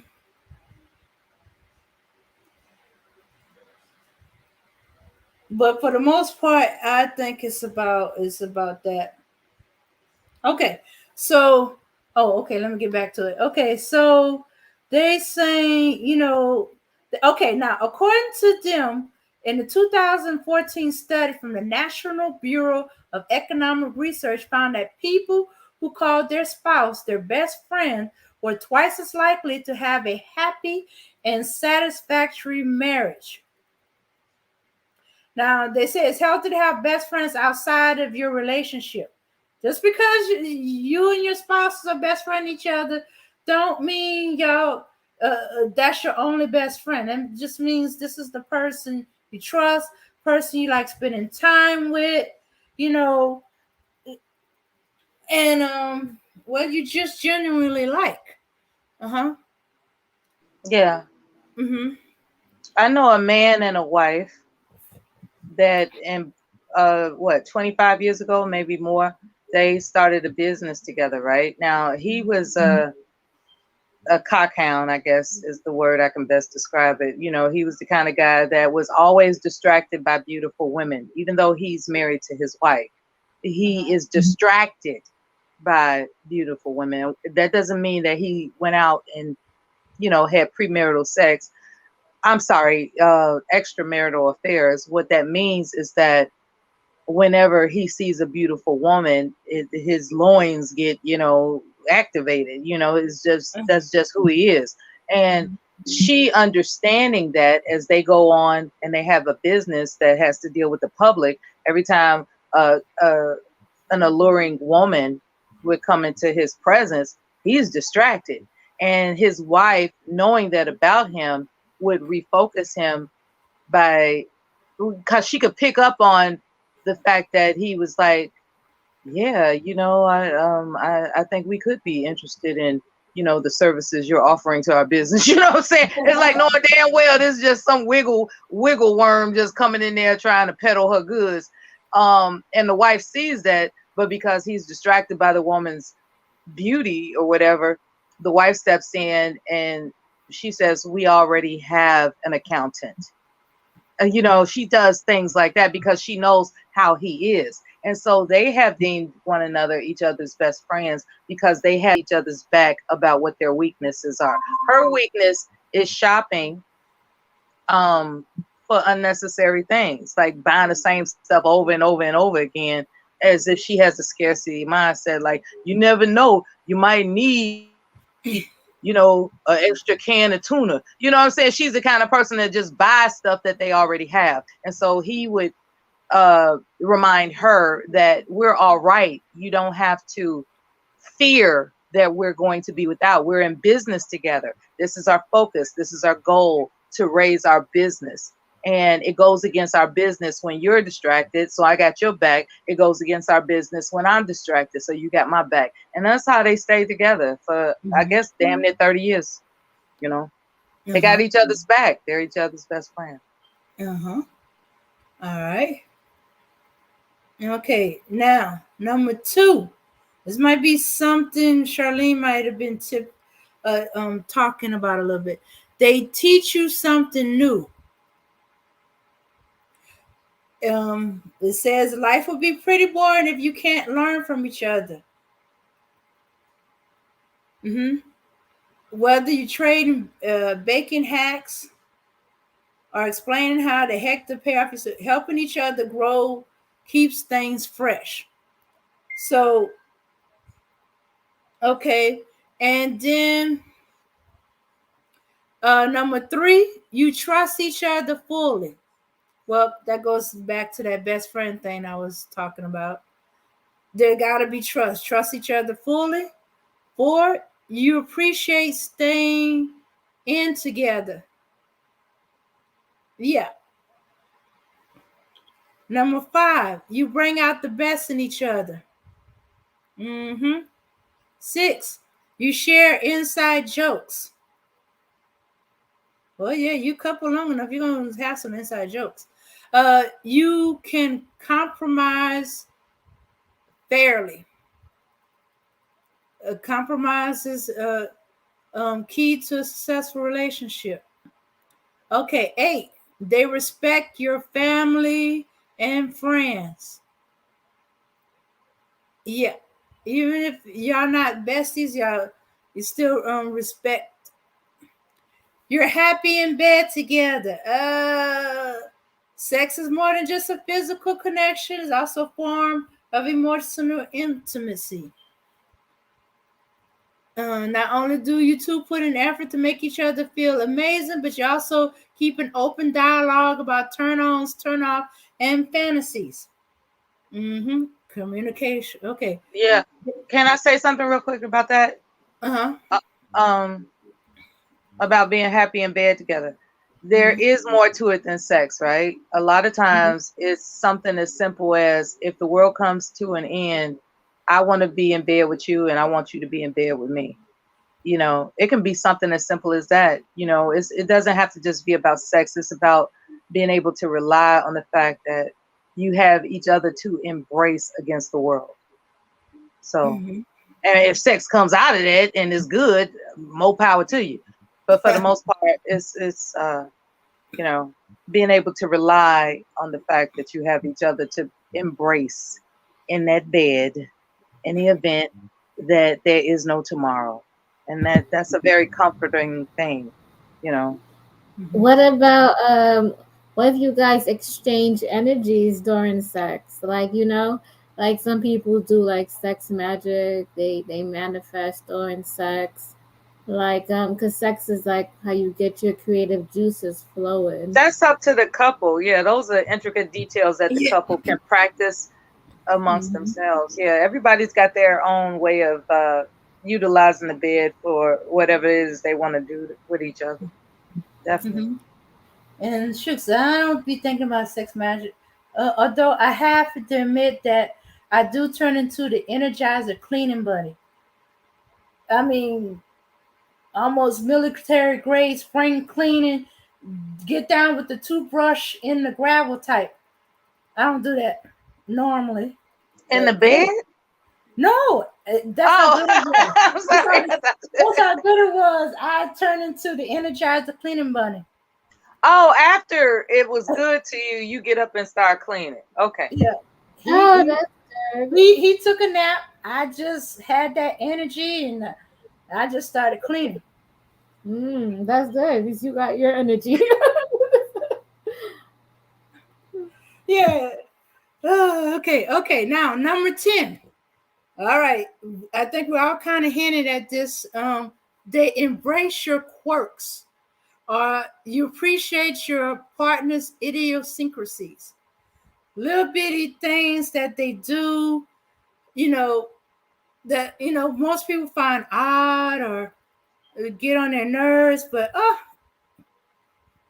it's no, it don't bother you, and you're okay with it, or you work in it, or sometimes it complements your own. Like a person that has OCD, right? they are like whenever they leave out the house together, there's something about that person that has to check to make sure the door is locked, like at least two more times, Mhm. or they have to go back in the house and make sure everything is copacetic. Like it's something. There are some people that have obsessive compulsive disorders, and when you really love somebody, you accept that that's what they do. It's like that's what they do. It's not really shaving any time off my life. I love them, and just that's just what they do. Hopefully they will come out of it, but if they don't, I'm not going to love them any less. So I Mhm. wanted to make that comment. Okay. Yeah. Mhm. Mhm. Yeah. Okay, it might sound trite, but your quirks that make you well you. All right. Oh wait, the toilet paper position the quote unquote right way. There are people out there like that too. Like everything has to be a certain way in order for them to feel less anxious in the same house that you live. But Mhm. to you, it don't matter. It's like what's the difference? But to them, it matters. So are you gonna love them past their quirks? So yeah. Uh-huh. Mhm. All right. Okay, here we go with 11. They give you compliments. All right, 12. They share your values, which we had spoke of earlier. Okay, 13. You agree on the kind of relationship you like to have, which requires talking, asking questions, finding out what y'all mean about a relationship. I heard of some relationship I thought was just plain odd, but hey, it works for them. Okay, 14. You admire them. You admire the person rather than settle for someone who's just so and so. You're proud of your partner's skills and accomplishment. It's easier to be their biggest cheerleaders because you genuinely believe they're special. In return, they admire and support you too. Yeah, I like that. I think that's a very good quality and very important. You have to admire the person that you're with. You have to like look up to them and see them in a positive light. I don't know what person would want to be with somebody who looks down to them or who Uh, looks at them. Go ahead, Miller. um, something came to mind about there are men who only value what they could save about the woman that they invited into their life, right? She didn't necessarily have anything that is admirable about her. It's the fact that he was able to save her, quote unquote, save her. And that's what he finds joy. It's like she's in much better shape because she's with me than where she was when I met her. And sometimes that's enough for some guys. They actually just get off on the fact that he saved somebody, you know. You know, Mm-hmm. I So was go she ahead. doesn't have to have anything admirable about her. He just gets off on the fact that he saved somebody, you know. You know, I was saying this on BMT's panel. I was telling him that there's levels to this, especially with men. And if you're a man and you're in the chat, please don't take this offensive. So I was saying level one, you just gonna get just gonna get you can say some pussy, right? That's level one. Level one, you could actually get some pussy and maybe, she will like you and do small things for you, right? Level two, right, is when you provide for her, right? And you become the man of the house. And she you could say she admires you and all you do is provide for her and you tell her what to do. And she's basically the stay at home, right? Because you just bought the chick, right? And then you got level three. And I don't think a lot of men have what it takes to reach level three. And level three is when you reach fulfillment, to when both you and your partner, you can say, have something that's going on or something that they're passionate about, whether it's being a wife, a teacher, or the man he's a worker, he owns a business, or vice versa. And both of you guys are living your purpose and you guys are living in truth. And I think it's we don't see a lot of people who are in number three. I think people are stagnating between level one and level two. And some people could barely make it to level 2. Wow, that's sad. Yeah, that's just my take on it. And Hmm. sometimes you just gotta accept it, you know? I can respect it. All right. All right. Number 15. Number 15, you're attracted to each other. Ooh All la right. la. Yeah, it says physical attraction alone isn't enough to keep a relationship hot, but it certainly helps. Ooh la la. All right. Okay, I never would have thought this. But at 16, they have plenty of hobbies. They don't have to be the same hobby as yours, but it's crucial for your partner to have interests that fulfill them outside of your relationship. Love is a beautiful thing, but it shouldn't be the only thing in your life. Whether That's that means facts. Mhm. Whether that means experimenting with new recipes or trying your best to go viral on TikTok. Their favorite activity should bring meaning to their life, which in turn only makes them happier, healthier partners. Hmm. But the emphasis, they should have plenty of hobbies. Okay, now you fight fairly. 17. Even the strongest couple argue from time to time. That's totally normal and okay. According to the 2010 study, couples who have similar fighting styles, especially couples who can communicate calmly about their disagreements, have the lowest divorce rates. It isn't realistic to aim for a complete conflict-free relationship, but if you have confidence in your ability to make it through fights without seriously hurting each other's feelings, you got something special. I agree with that. Mm-hmm. All right. I thought I heard something. Okay. It's taking a moment to get in. Okay. Number 18. Marriage is important to them. Okay, it might sound obvious, but the person you should marry would be someone who actually wants to get married. Hey, haven't we been having all this all over YouTube? Let's see. Tying the knot isn't the right choice for every couple. The decision has legal and financial ramifications, as well as personal, familial, uh, familial, and even religious significance. So it's not something you should enter into unless both partners sincerely want to get married. Your camera is on. I think is that Max? His Yeah, camera. Max. Your camera's on, baby. Good thing you're in the dark, though. Forgive me for calling you baby, but I'm just looking out for you. Your camera's on. I wouldn't want my camera to be on. I'm just saying. I'm just saying. Okay. Um, as far as the situation where like somebody is, I want you all to,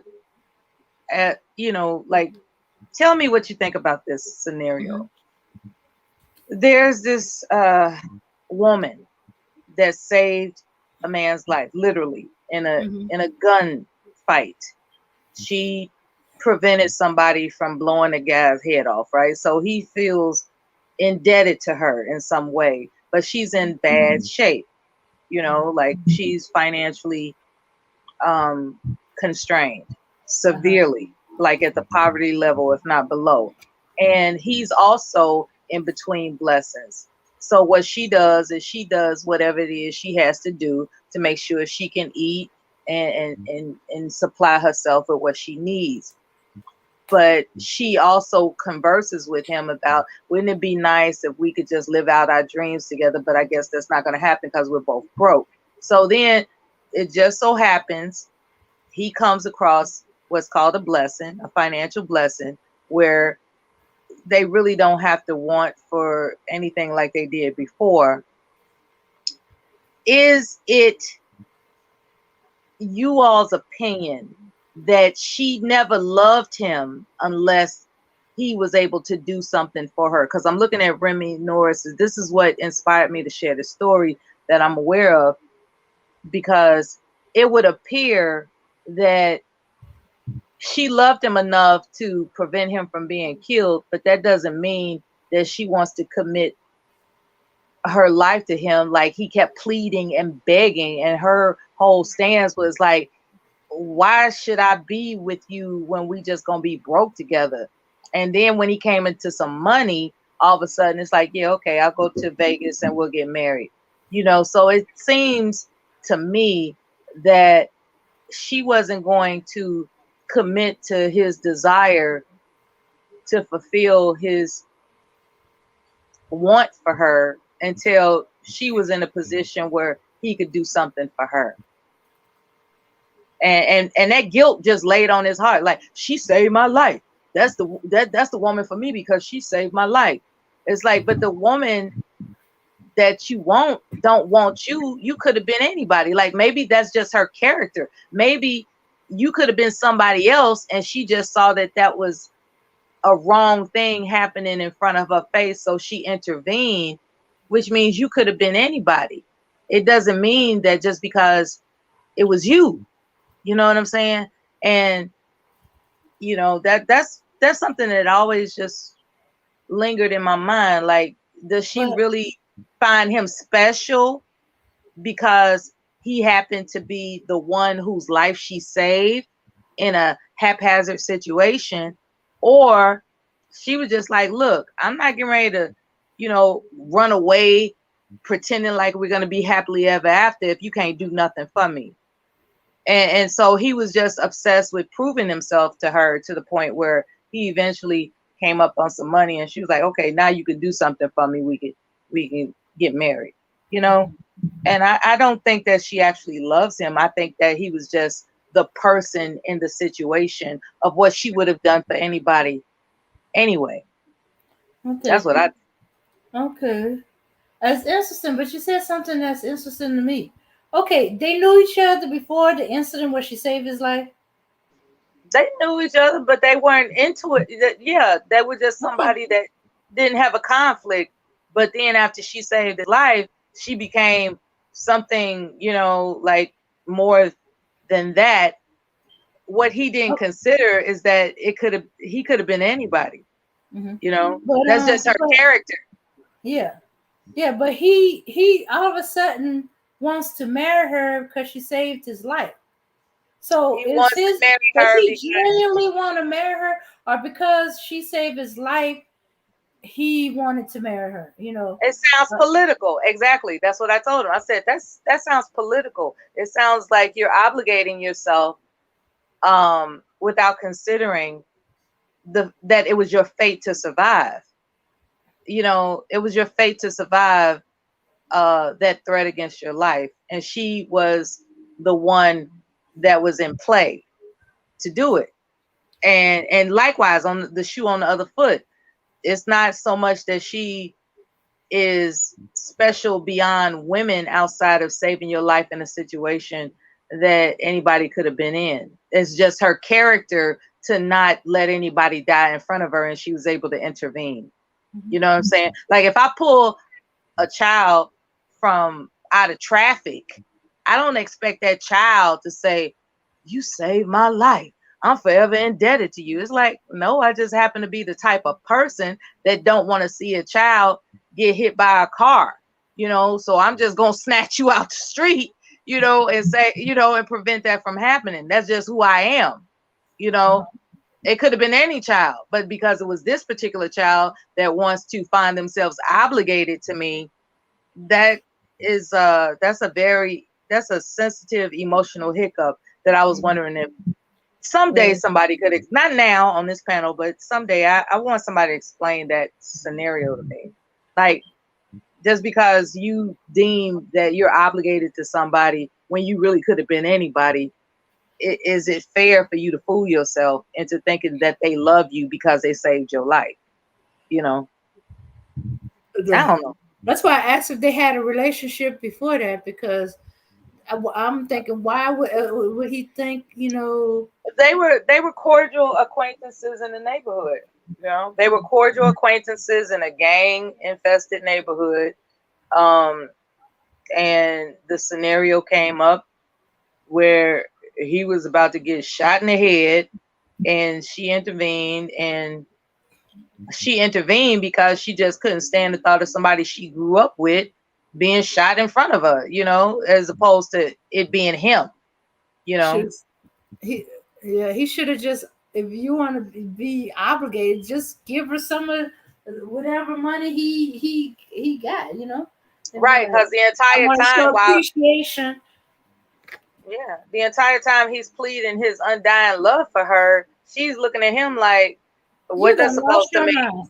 mind. No, she's saying, well, what, like that don't mean nothing if you can't get me out of my situation. So, she it's not. So that's why I said it could have been anybody because that's her character. She don't want to see nobody die in front of her. So that's her character. And as far as love and what's meant to be and all this other kind of romantic thoughts he had about the situation, her stance was, if you can't do nothing for me, you just need to just chill, and then when he finally came into a situation where he could quote unquote do something for her, then she was like, yeah, I might as well settle for you instead of this mediocre life I've been living. So I think that that circumstance was really interesting to me. Yeah, Yeah. yeah, it really is. Lot to think about. All right. Okay, let's get the last two out of the way, but I'll come back to that. Okay, number 19, they're open to growth and change. As amazing as your partner is today, hopefully they'll continue to evolve for the better as they get older. They should be able to admit when they're wrong and seek out ways to avoid making the same mistakes in the future. That's interesting. 20. You love each other unconditionally. Every marriage will go through ups and downs, but if you and your partner has a strong foundation built on total love and support, you'll be able to take on anything together.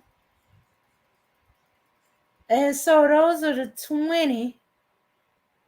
20 qualities to look for in the person you want to marry. Let's talk about Mama Rain's pertinent statement. If he has nothing to offer, why marry him? That's It depends on the woman. There are women that are confident enough in their decision for a life partner where they just believe, maybe they're disillusioned, but their confidence goes above their disillusionment. Like, we gonna make it, baby, because you the one for me. There are people that do that. There are people that are broke as a joke and then some, and they are confident that their love is going to see them through. Just like those love songs from the 70s. We going to make it, baby. We going to make it. The world is against us, but we going to make it. Everything will be all right. That kind of crap. And I wouldn't recommend it, in the interest of your sanity. I wouldn't recommend it. However, there are people that think like that. They think that their confidence and belief in their love is going to make everything all right. So that's why people think like that, Mama Rain. Yeah, I don't. Yeah, I think if the man loves you, if he loves you enough, that should motivate him to go out, and get some money, go out and get a job, go out and go to school, go out and figure out how to make a decent living. Like your story that you had, Mella, how the guy he got into some money, and that's when he married the girl. Because So. poverty causes strife. Mhm. Poverty is very stressful, and you know, poverty is going to dismantle that love. That's what it's going to do. There is no amount of love that will overrule poverty. Poverty is a very, very powerful weapon against love. And those are the facts. Psychologically speaking, spiritually speaking, and speaking in reality. Poverty will always drive a wedge between what people's concept is about love. If there's poverty between both of you, it's not going to work because there will be strife from the stress of poverty. That's why I wouldn't recommend people. And it doesn't have to be a superficial thing like, oh, she just a gold digger. She just, no. Bro. The odds are stacked against you if you are impoverished calling yourself being in love. And you don't want to go through that kind of stress. Okay, that's insane. Don't do it. And so it doesn't have to be a gold digger thing. It doesn't have to be anything like that. It's about reality. In this society where it's all about um, capitalism, money matters. And to be honest, that's just one less thing to worry about. Okay. And that's why it's important. It's important for uh, one or both of you to be financially stable, to at least take care of yourselves before you get together. Because getting together is going to be an additional stress. There's going to be a lot of stress factors in getting to know each other, living under the same roof.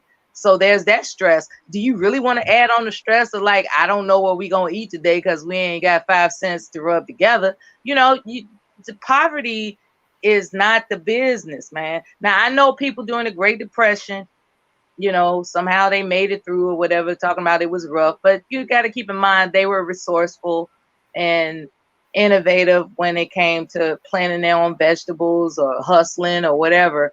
But they would prefer to have not been in those circumstances. And what I say is, when you know better, don't put yourself through that type of stress, because stress takes years off your life, and it just, I don't know. I just don't think poverty is a good venture to embark upon in the name of love. Like, if you both, like, struggling, what the hell do you think is gonna happen under the same roof? You're gonna be struggling, and that's stressful. Don't do that. Don't do that.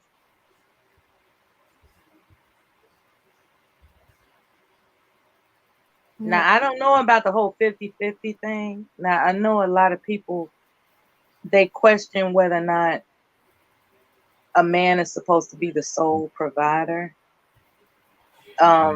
The way situations and circumstances are with this economy, it seems like the deck is stacked against the average person as to whether or not they can have a household that doesn't include 2 incomes. So that's another discussion, I guess. Mm-hmm. Yeah. Yeah. But yeah, but the only problem I have with the 50-50, that means you coming into marriage and you're not given the whole of it. They make it sound like it's just a matter of dividing the bills. As you said, it takes 2 incomes nowadays to take care of household and run. So if he's holding the back 50% and she's holding back 50%, something's gonna get neglected. Y'all need to put the full 100, both of y'all in it. Yeah. But what happens when he gets an attitude because of his ego? Because we're not going to forget that people have an ego, ego. That, and a lot of times there are people, otherwise known as men, if they are not the sole provider, they feel some type of way. And then next thing you know, their personality starts to display unreasonable character traits just to prove that he's a man in the situation. And it's not fair when you consider that both of you are providing for the household. It's like, wait a minute, we're both in this together, but you're trying to assert yourself to push the envelope and test whether or not I am I'm gonna bow down to you. And to me, that's a lack of integrity on that person's part. Like, okay, I'm the man, but I'm not providing as a man, so I need you to make me feel like a man, so I'm going to be assertive and aggressive and intimidating so that you understand that I'm the man. I think that's where a lot of that whole 50-50 thing is I don't know. I guess a man would have to speak on that. Does a man feel compromised as a man in a 50-50 situation, even though they say that that's ideal? Like, yeah, yeah, she should help and I should help and we help each other. But does that really make a man feel like a man when he's not the sole provider of his household? You know? So that would depend on the man. Does the Mm-hmm. man have to feel like a man? Does he to be a provider? Like there are other manly traits for him to exhibit his manhood. I think maybe society tells a man in order for him to be a man, he needs to be a provider. But he could be a provider in different ways. I mean, you Mm-hmm. know, providing Well, in that way is one way, but he can do other things to show his manhood. well, here's the thing. How can you claim leadership if you're not doing it all on your own? See, that's see, you got guys that insist on their woman, quote unquote, helping them, but he is the chief and she's the Indian. When in fact, without that Indian, you wouldn't be a chief. And you refuse to acknowledge that to the point where there is a lot of berating and down talking and you better speak when you spoken to, that type of stuff. And and then on the other hand, if he is the sole provider, he just might be the same abusive jerk. So I think it's about what I like about these articles is finding the disqualifiers in a person that you're considering a long-term relationship with. What are the disqualifiers? That's what I like about these articles, is for you to not get so caught up in your feelings that you overlook that there may be disqualifiers that you haven't addressed. It doesn't necessarily have to be on the first date, but there has to be some things addressed to find out what the disqualifiers are, if they exist, and if they exist, you know, before you go forward, you know. Because once people lay down together and they enjoy it, it's hard to walk away from that. It really is. And that's That the is problem. okay. So now I have an article, but so this one is more of for men. This one actually says, "Is she the one? 5 principles for picking a wife." So I'm gonna try to be really brief. Number one, she needs to share your values. So shares your worldview. You both care about the same things. Um, but your religious, moral, and political leanings should be very similar. If your worldviews clash, you and your wife will clash on almost everything in life, and that's no way to live. Do you guys agree? Disagree? Oh yeah, I agree. Okay. She needs to share your mission. I'm like, what? All right, you're probably not ready to get married until you have a sense of what you want out of life. You need a full roadmap. You'll spend the rest of your life filling in the gaps and expanding on it. But you should have a sense of what you want. Do you want kids? How many? Do you plan to be an employee, entrepreneur, or both? Will you work regular hours, be at home for dinner or not? Will you travel with your job or business? Whatever those details are, she needs to want them from you. And you need to have clear sense of how she will enhance those things.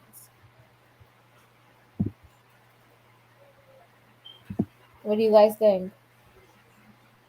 Mm, Mm, I guess so. All right, this one is a little bit you guys might have. She needs to have a history of commitment. You should be able to see a history of long term, healthy relationships in her life. Otherwise, you're taking a huge risk. You'll be entering into a long term relationship with someone who has not proven that she can maintain a long term relationship, hopping from friend to friend, man to man, job to job. are serious red flags. They are indicators that she has terrible judgment or bolts when conflict occurs. Those are not good characteristics for a wife. That sounds like a work history.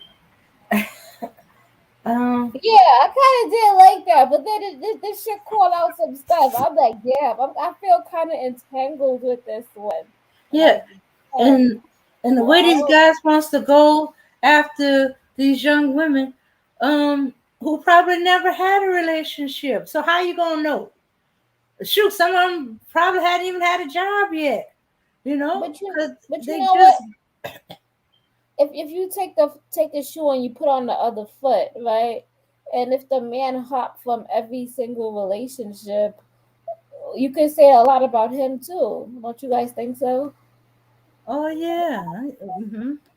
Right? I think it goes along with the part where we were talking about admiring somebody. Like you can admire somebody that has a stable history of, be it employment or whatever. Just I think stability can be admirable. Maybe that's what I get from it. Stability. Well, yeah, yeah. So but it's I guess it's a constant stability. If they stabilize in their work, they work at a place for a good while and stuff like that. Are they stable? I guess stable in their relationship, stable and not just exes, but family, friendships, all these. Um, I'm trying to think of are they a person? I guess you could say they're a person. They were, are they have a constant in whatever they do. Right. Mm. Okay, next. Number four, she needs to be likable. So life is bumpy, it's not fair. You will face obstacles. It will not it will not go as planned. Money will be made and lost. Accidents will happen. Children will be born. Parents will die. Appliances will break. Houses will need repairs. In short, every marriage will face stress from every angle on a regular basis. The woman you marry determines whether you will face that stress with someone who eases it or someone who adds to it. A likable woman, one who doesn't freak out when stressed, brings a peace to life that is priceless. Okay, that's Okay. all. Somebody that's not a troublemaker. Okay. I can dig that. Okay, and I'm like, wait a minute. I'm allowed to. Okay, I'm not saying I freak out all the time, but I do have my freak out moments. As it should be, should you be the one in the calm and stuff like that? I'm going to have an occasional freak out. You know, I was like, I think as long as they're not the troublemaker, like they're just, coming up with doom and gloom every damn day. Like oh, they can't say anything um that's a happy thought. Just a negative minded person. Like so, yeah. negative Oh, okay. minded people are not likable. Oftentimes, very few people like a negative minded person. So that's the way I look at it. Like, make that's the way I look at it. Okay. okay. Okay. I was gonna say also Melly, I don't know if you got the TV playing, but it's like kind of loud when you turn your I mic on. apologize. I apologize. Yeah, I'm in a different room of the house. Okay. So yeah, so what I was gonna say that could go both ways because some men freak out for the littlest things too. So I think that goes both ways. But yeah, you wouldn't want somebody who goes on a rant for the smallest things because things happen. Like are you gonna act that way all the time? I like some people do. They get stressed out. They pull their hair out. They gotta go sit in the corner. But if you could laugh at yourself and everybody could laugh at it, and it's not so serious, you could laugh about it. It makes life a little bit easier and, not so stressful. You know what I mean? Uh-huh. Uh-huh. Yeah.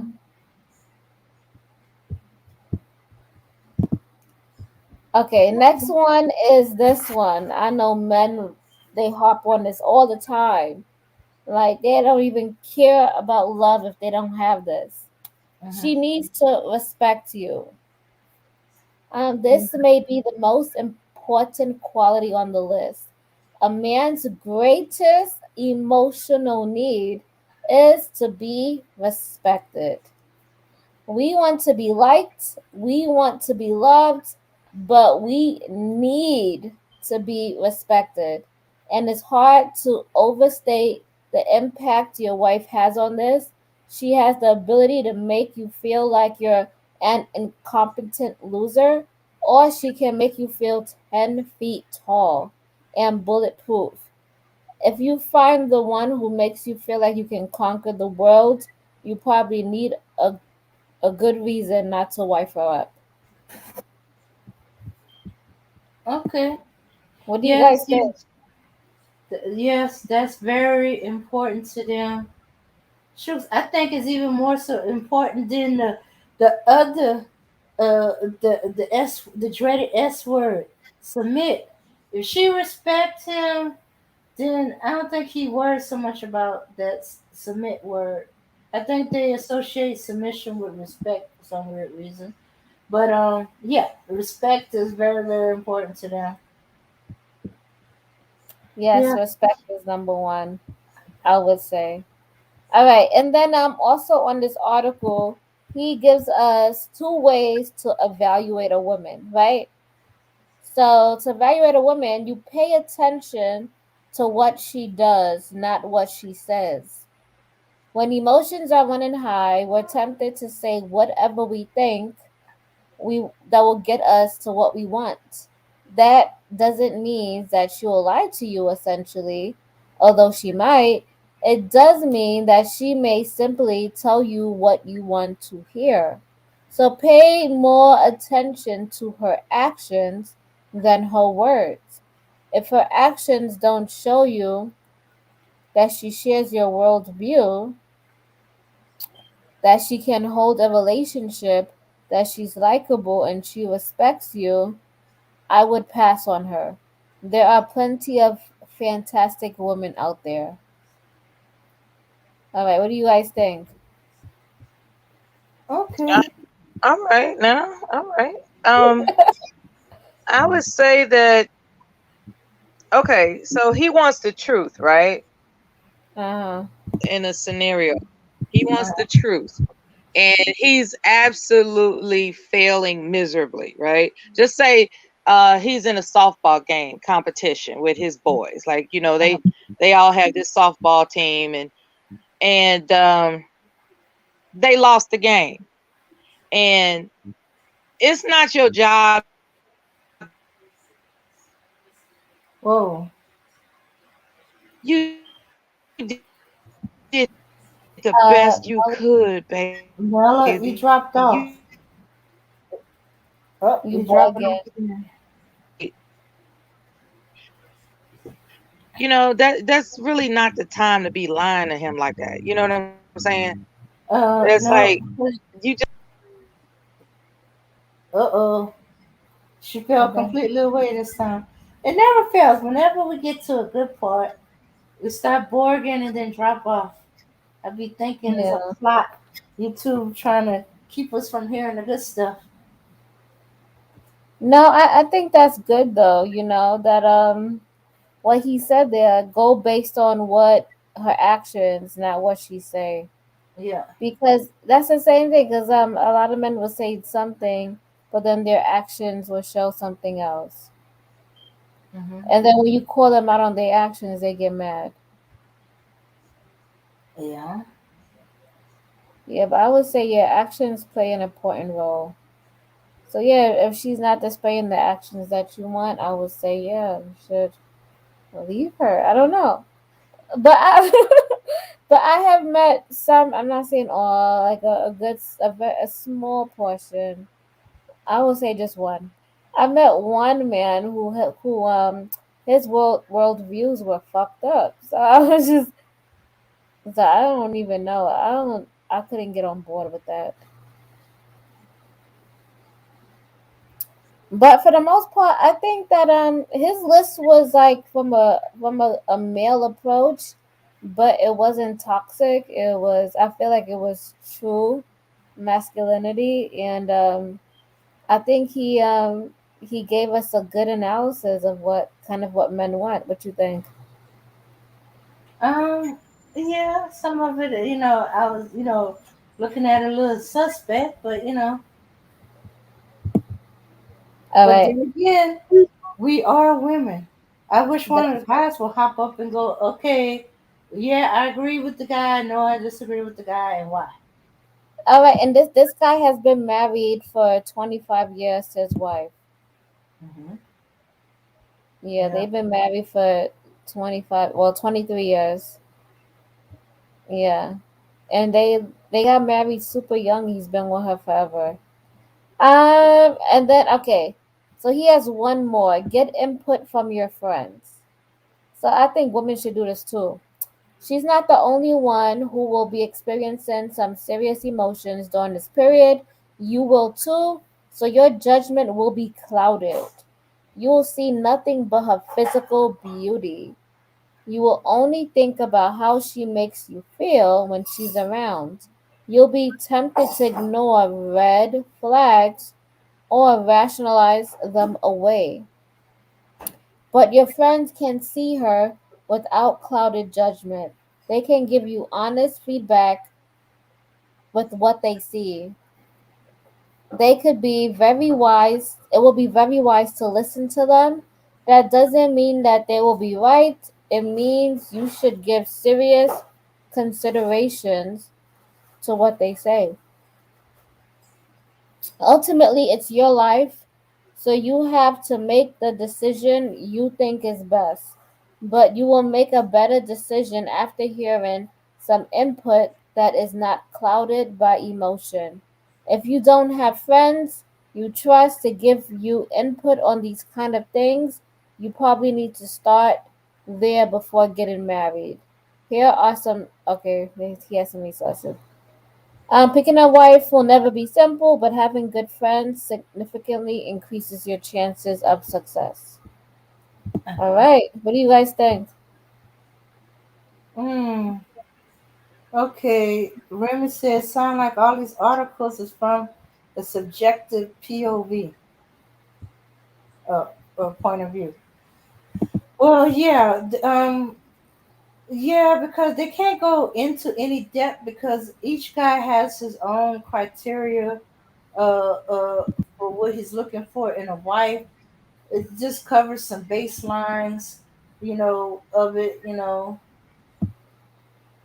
One of them was to ask certain questions, bring up certain hard questions in the certain points of your relationship. Another one was qualities, um, to look for in the person you married, and this is to show what men, well, some men want from women. Well, we all kind of agree that the men want respect from women because they keep talking about it. She don't respect me. I'm not getting respected. Men are just getting disrespected. Shoots. They were going on about the fathers for Father's Day. Hmm.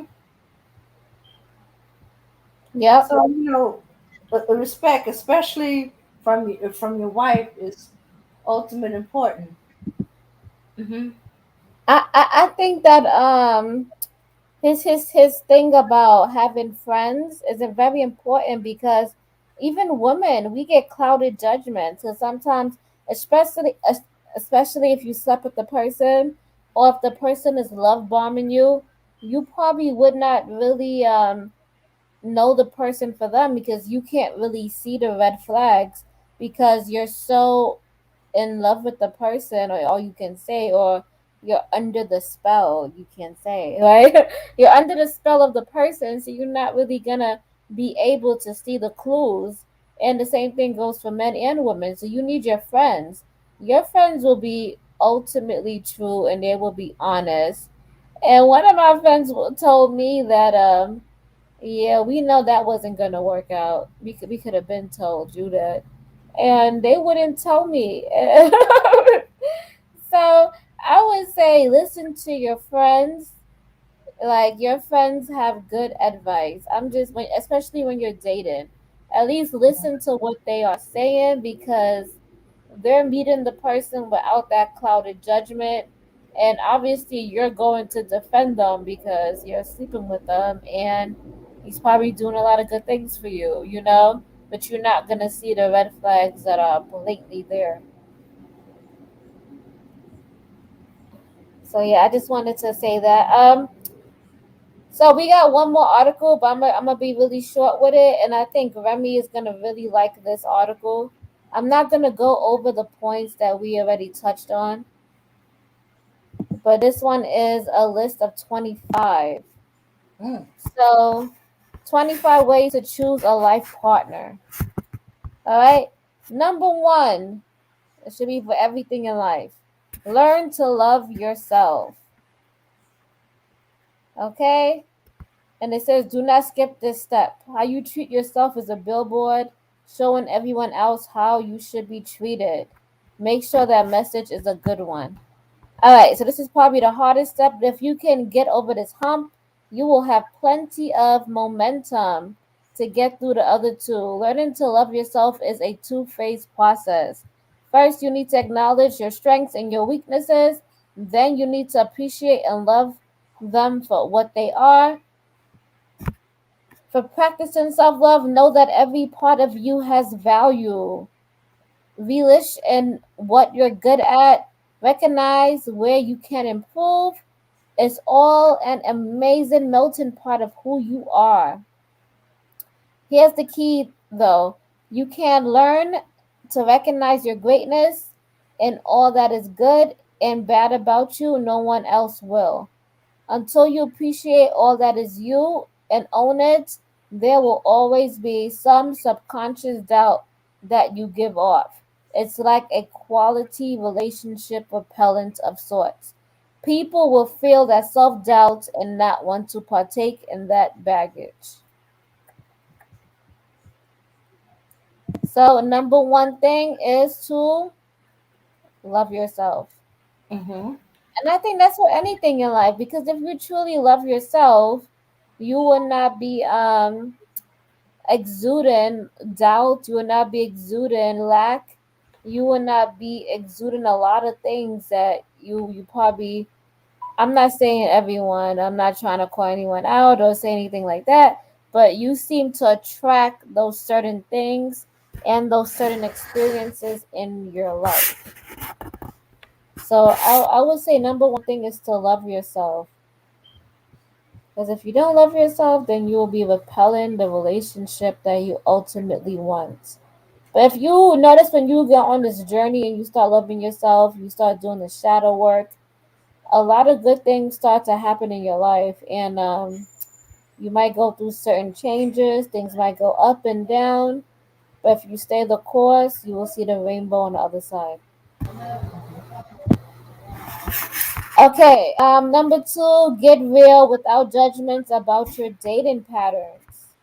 So I think this is important. Now that you have learned to love yourself a little bit better, it is time to do some inventory on your past.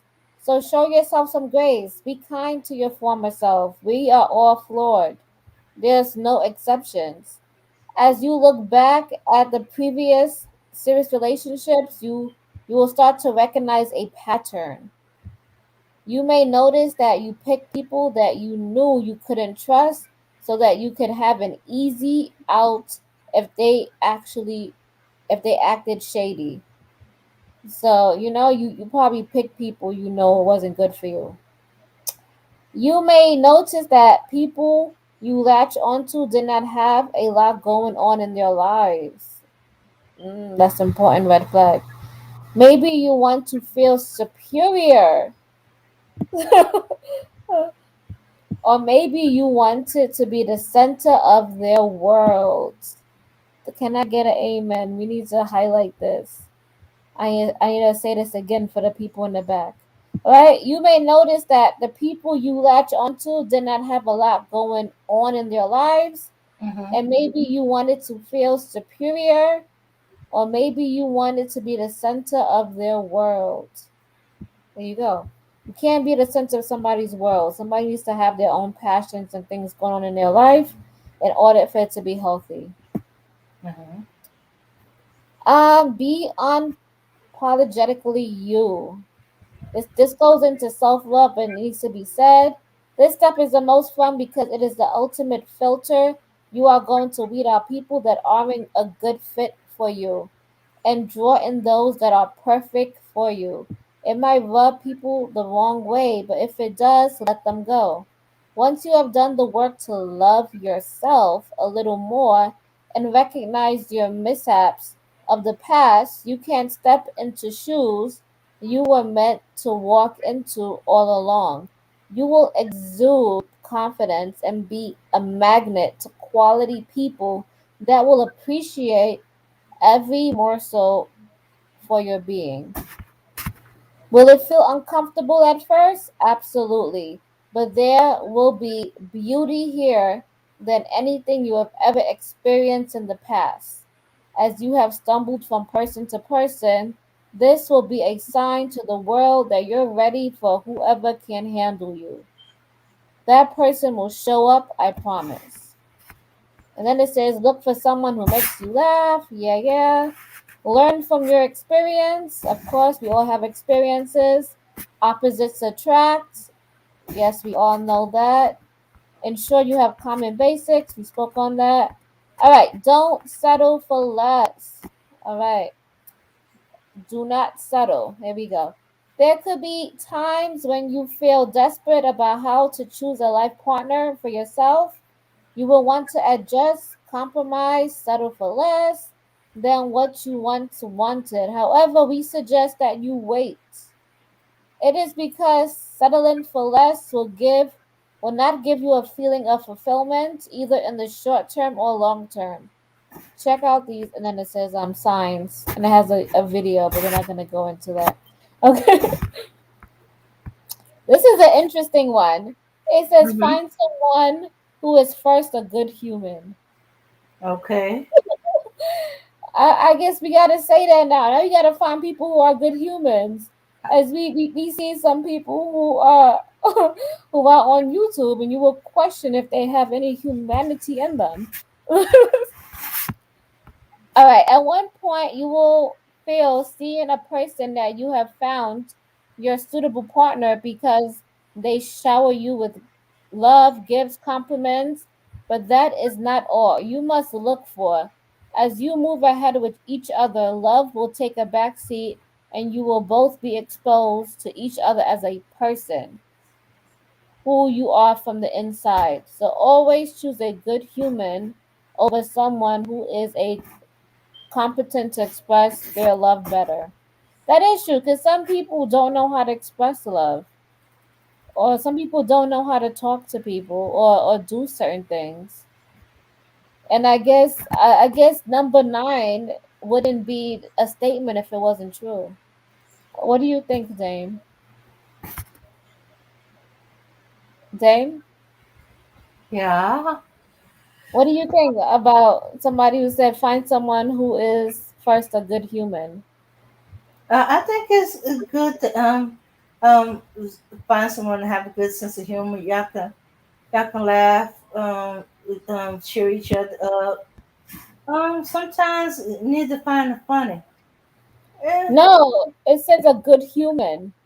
Find a someone good who's humor. Oh, that's human. the laughing part. What else are you gonna find? We're not trying to marry animals up in here or get involved with Yeah. animals. So I said there's some people who are on YouTube and you will question their humanity. Mm, okay, I guess he's trying to wrap it all up. A human being. good human being, kind, courteous, treat others well, um, don't look down upon people. I guess he's trying to find a way to wrap all that in one word, and that ain't it. Hmm. Yeah. But I felt that that was funny, that the fact that they have to state that in 2022, that we actually have humans out here that are not good humans. That is that. At least we know they told y'all that there's people out there who are not good humans. All right. All right, Hmm. next. Check your communication compatibility. Be open to dates, of course. Avoid quick decisions. Nothing happens super quick. Take your time, understand the person before delving deeper into a relationship. That goes without being said. Maintain a distance from negativity. You can find that a whole lot on the internet. In order to get real with both phases of the process, you will need to create space in your life. Create a distance between you and toxic people that may fog your judgment. Create a space for yourself by meditating, picking up a hobby that you used to enjoy. Do anything you can to give yourself that mental space necessarily to sit back and see yourself for who you are. Then they said spend a lot of time together. I mean, that's based on one's perspective. Remain positive, yes. And it says do not think negativity because you see everyone around you committed, you are still struggling to find a suitable partner. The more negative you are, the more it will show up in your conversations. And that is not very attractive, is it? That's true. No. Choose someone who respects you, of course. Choose an honest life partner. Uh-huh. Consider a life partner who's keen to your life. The ability to cope with your family. I think that's important. Your family will always be a key support system in your life. They can tell if your prospective life partner is suitable or unsuitable for you. If he or she cannot cope with your family members, you might be choosing a life partner who is not right for you. So obviously, pick someone who is compatible. Assess an intellectual level of your partner, or assess the intellectual level of your partner. I think we talked about that. Nurture great friendships first. Yep. Anger management skills. Yep, the ability to manage or control anger are some vital qualities of a good marriage partner. Yep, that's really important. Ability to forgive and forget. I think that's very important. Forgive and forget. Closely related to anger management skills is your partner ability to forgive and forget. Love does not always revolve around sex, kissing, or other intimate stuff. Arguments are deemed to occur in one way or other. Be keen to a partner who does not keep dwelling on disagreements and happened in the past. So yeah, so things happen. I'm not saying cheating, but people might do things that you are wary of, or they might leave you hanging. And sometimes you're gonna have to get mad, but then you're gonna have to be able to forgive and forget if you truly love the person and the relationship is worth saving. Consider taking the Rice Purity Test. I don't know what that is. Oh, this is our questions for sex and drugs. Okay. The willingness to invest in the relationship. I think that's very important. A relationship is a two-way street. Each partner must determine what makes the relationship work. When choosing the right partner for marriage, select a person who allocates time for you and demonstrates concerns for your needs. And that's it. That's the 25. I just expounded on some important ones, but the main one was to love yourself, do not settle for less, learn from your experience, and look at your patterns, your dating patterns. So yeah, and I think this can be applied to both men and women. I hope I didn't make y'all fall asleep. I did that really fast. I did that in like 10 minutes. So if you guys are still here, the link is in the chat. If you guys want to hop on, you guys can hop on. Um, we'll give you like 2 minutes, about 5 minutes, and then we're gonna shut it down. Okay. Um, yeah. So Dane, so what do you think about investing in your relationship? Well, yeah, yeah. And we're not talking about just money, you crazy dudes. You're talking about your time, yourself. Mhm. Yeah. So what? Like you have to be able to invest, and investing means your time. And I'm gonna give you, if you guys are still here, you about to get some good scoop on the game, right? As some people say, oh, they want to have sex on the first day, they want to have sex as soon as possible, or they want the woman to open up, and the best way to do that is invest in the relationship. And the number one way you can invest in the relationship is time. If you put the quality time and you put quality conversations and you show that you care, you can get to the box a whole lot faster. And I'm just being honest. But the people who can't have these conversations, who don't have the charisma, or haven't worked on themselves, or they probably haven't picked the right person that they're super drawn to, they might have to, how they say that, they might have to run their pockets. It is what it is. And they might have to take some time in order for them, for the woman to drop her guard and feel comfortable. But if you put the time in, it makes a relationship better, all in all, because the girl knows that you're interested in her and she drops her guard down. But if you don't do that, then I don't know what to tell you. Like, you're gonna have to run your pockets. Like, I don't. It is what it is, right? What you think, Dane? Dane? Uh huh. So, yeah, so that's part of the problem that some guys are missing out is your time. Um, yeah, as spend time um getting to know the woman. Spend time. You know, just doing little things, just you and her. Make her feel that she's important enough for you to spend time with. Okay. So yes. And if you put effort, the more effort you put into the date, I think with anything that you do, but mostly if you're dating and you want substantial results, the more effort, the more time, consistency, and showing that you care, those are the number one, you know? And actions speak louder than words. So you might be thinking, I'm gonna get her to do this, and I'm gonna do this, and I'm gonna run game on her, and I'm gonna have, I got a whole rotation.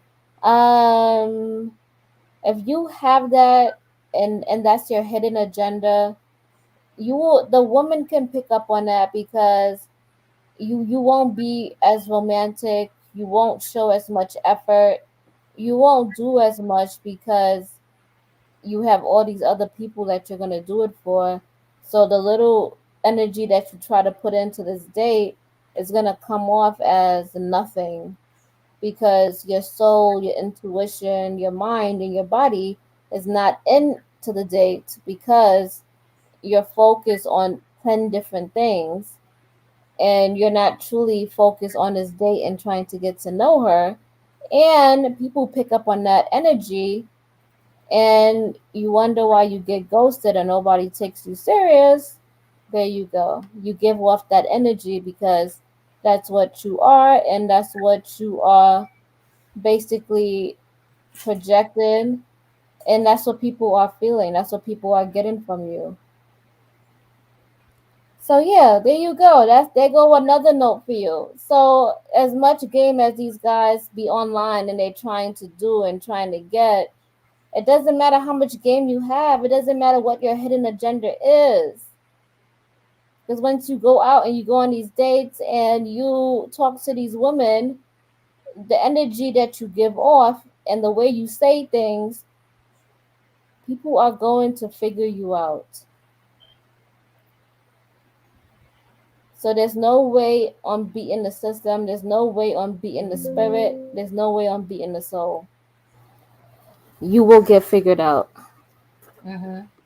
And you won't be able to keep up the pretense for long, and you're gonna start slipping, and she's gonna see what you've been trying to hide. So best to be genuine. Yes. Number one thing is to be genuine. If you're not trying to be with her, just be upfront and say that. And you never know what she might say. But if you don't say nothing and you come off, you gotta think about the karma that you're building up. You know? I don't think people realize that. I think if you want to live a good and a true life, you need to be upfront with everything that you do. And it's even with dating, because if you do people wrong and you carry around that energy of not caring and you don't care, I don't know what you think you're gonna get. You might get the same thing back. So yeah, that's what I wanted to end it off on. Hopefully you stayed and you got a chance to listen to that. And you got a couple of gems from listening to us. I know this was like you can say it was long and boring and overdue, but this was good information if you actually listen to it. And it might help you out or give you some introspection on your dating. It helped me reflect also. Yes, if you like our video today, please like, comment, share the video. Please come back. I know positive content doesn't really get that much views, but hopefully it does in the long run. I do have another channel. It's called Creative Solutions. I just started it. So you guys can look me up and subscribe to my channel also. But I do most of my content and live content and long content here on the Ebony Star Network. With that being said, I think we should roll out. Okay. All right. All right.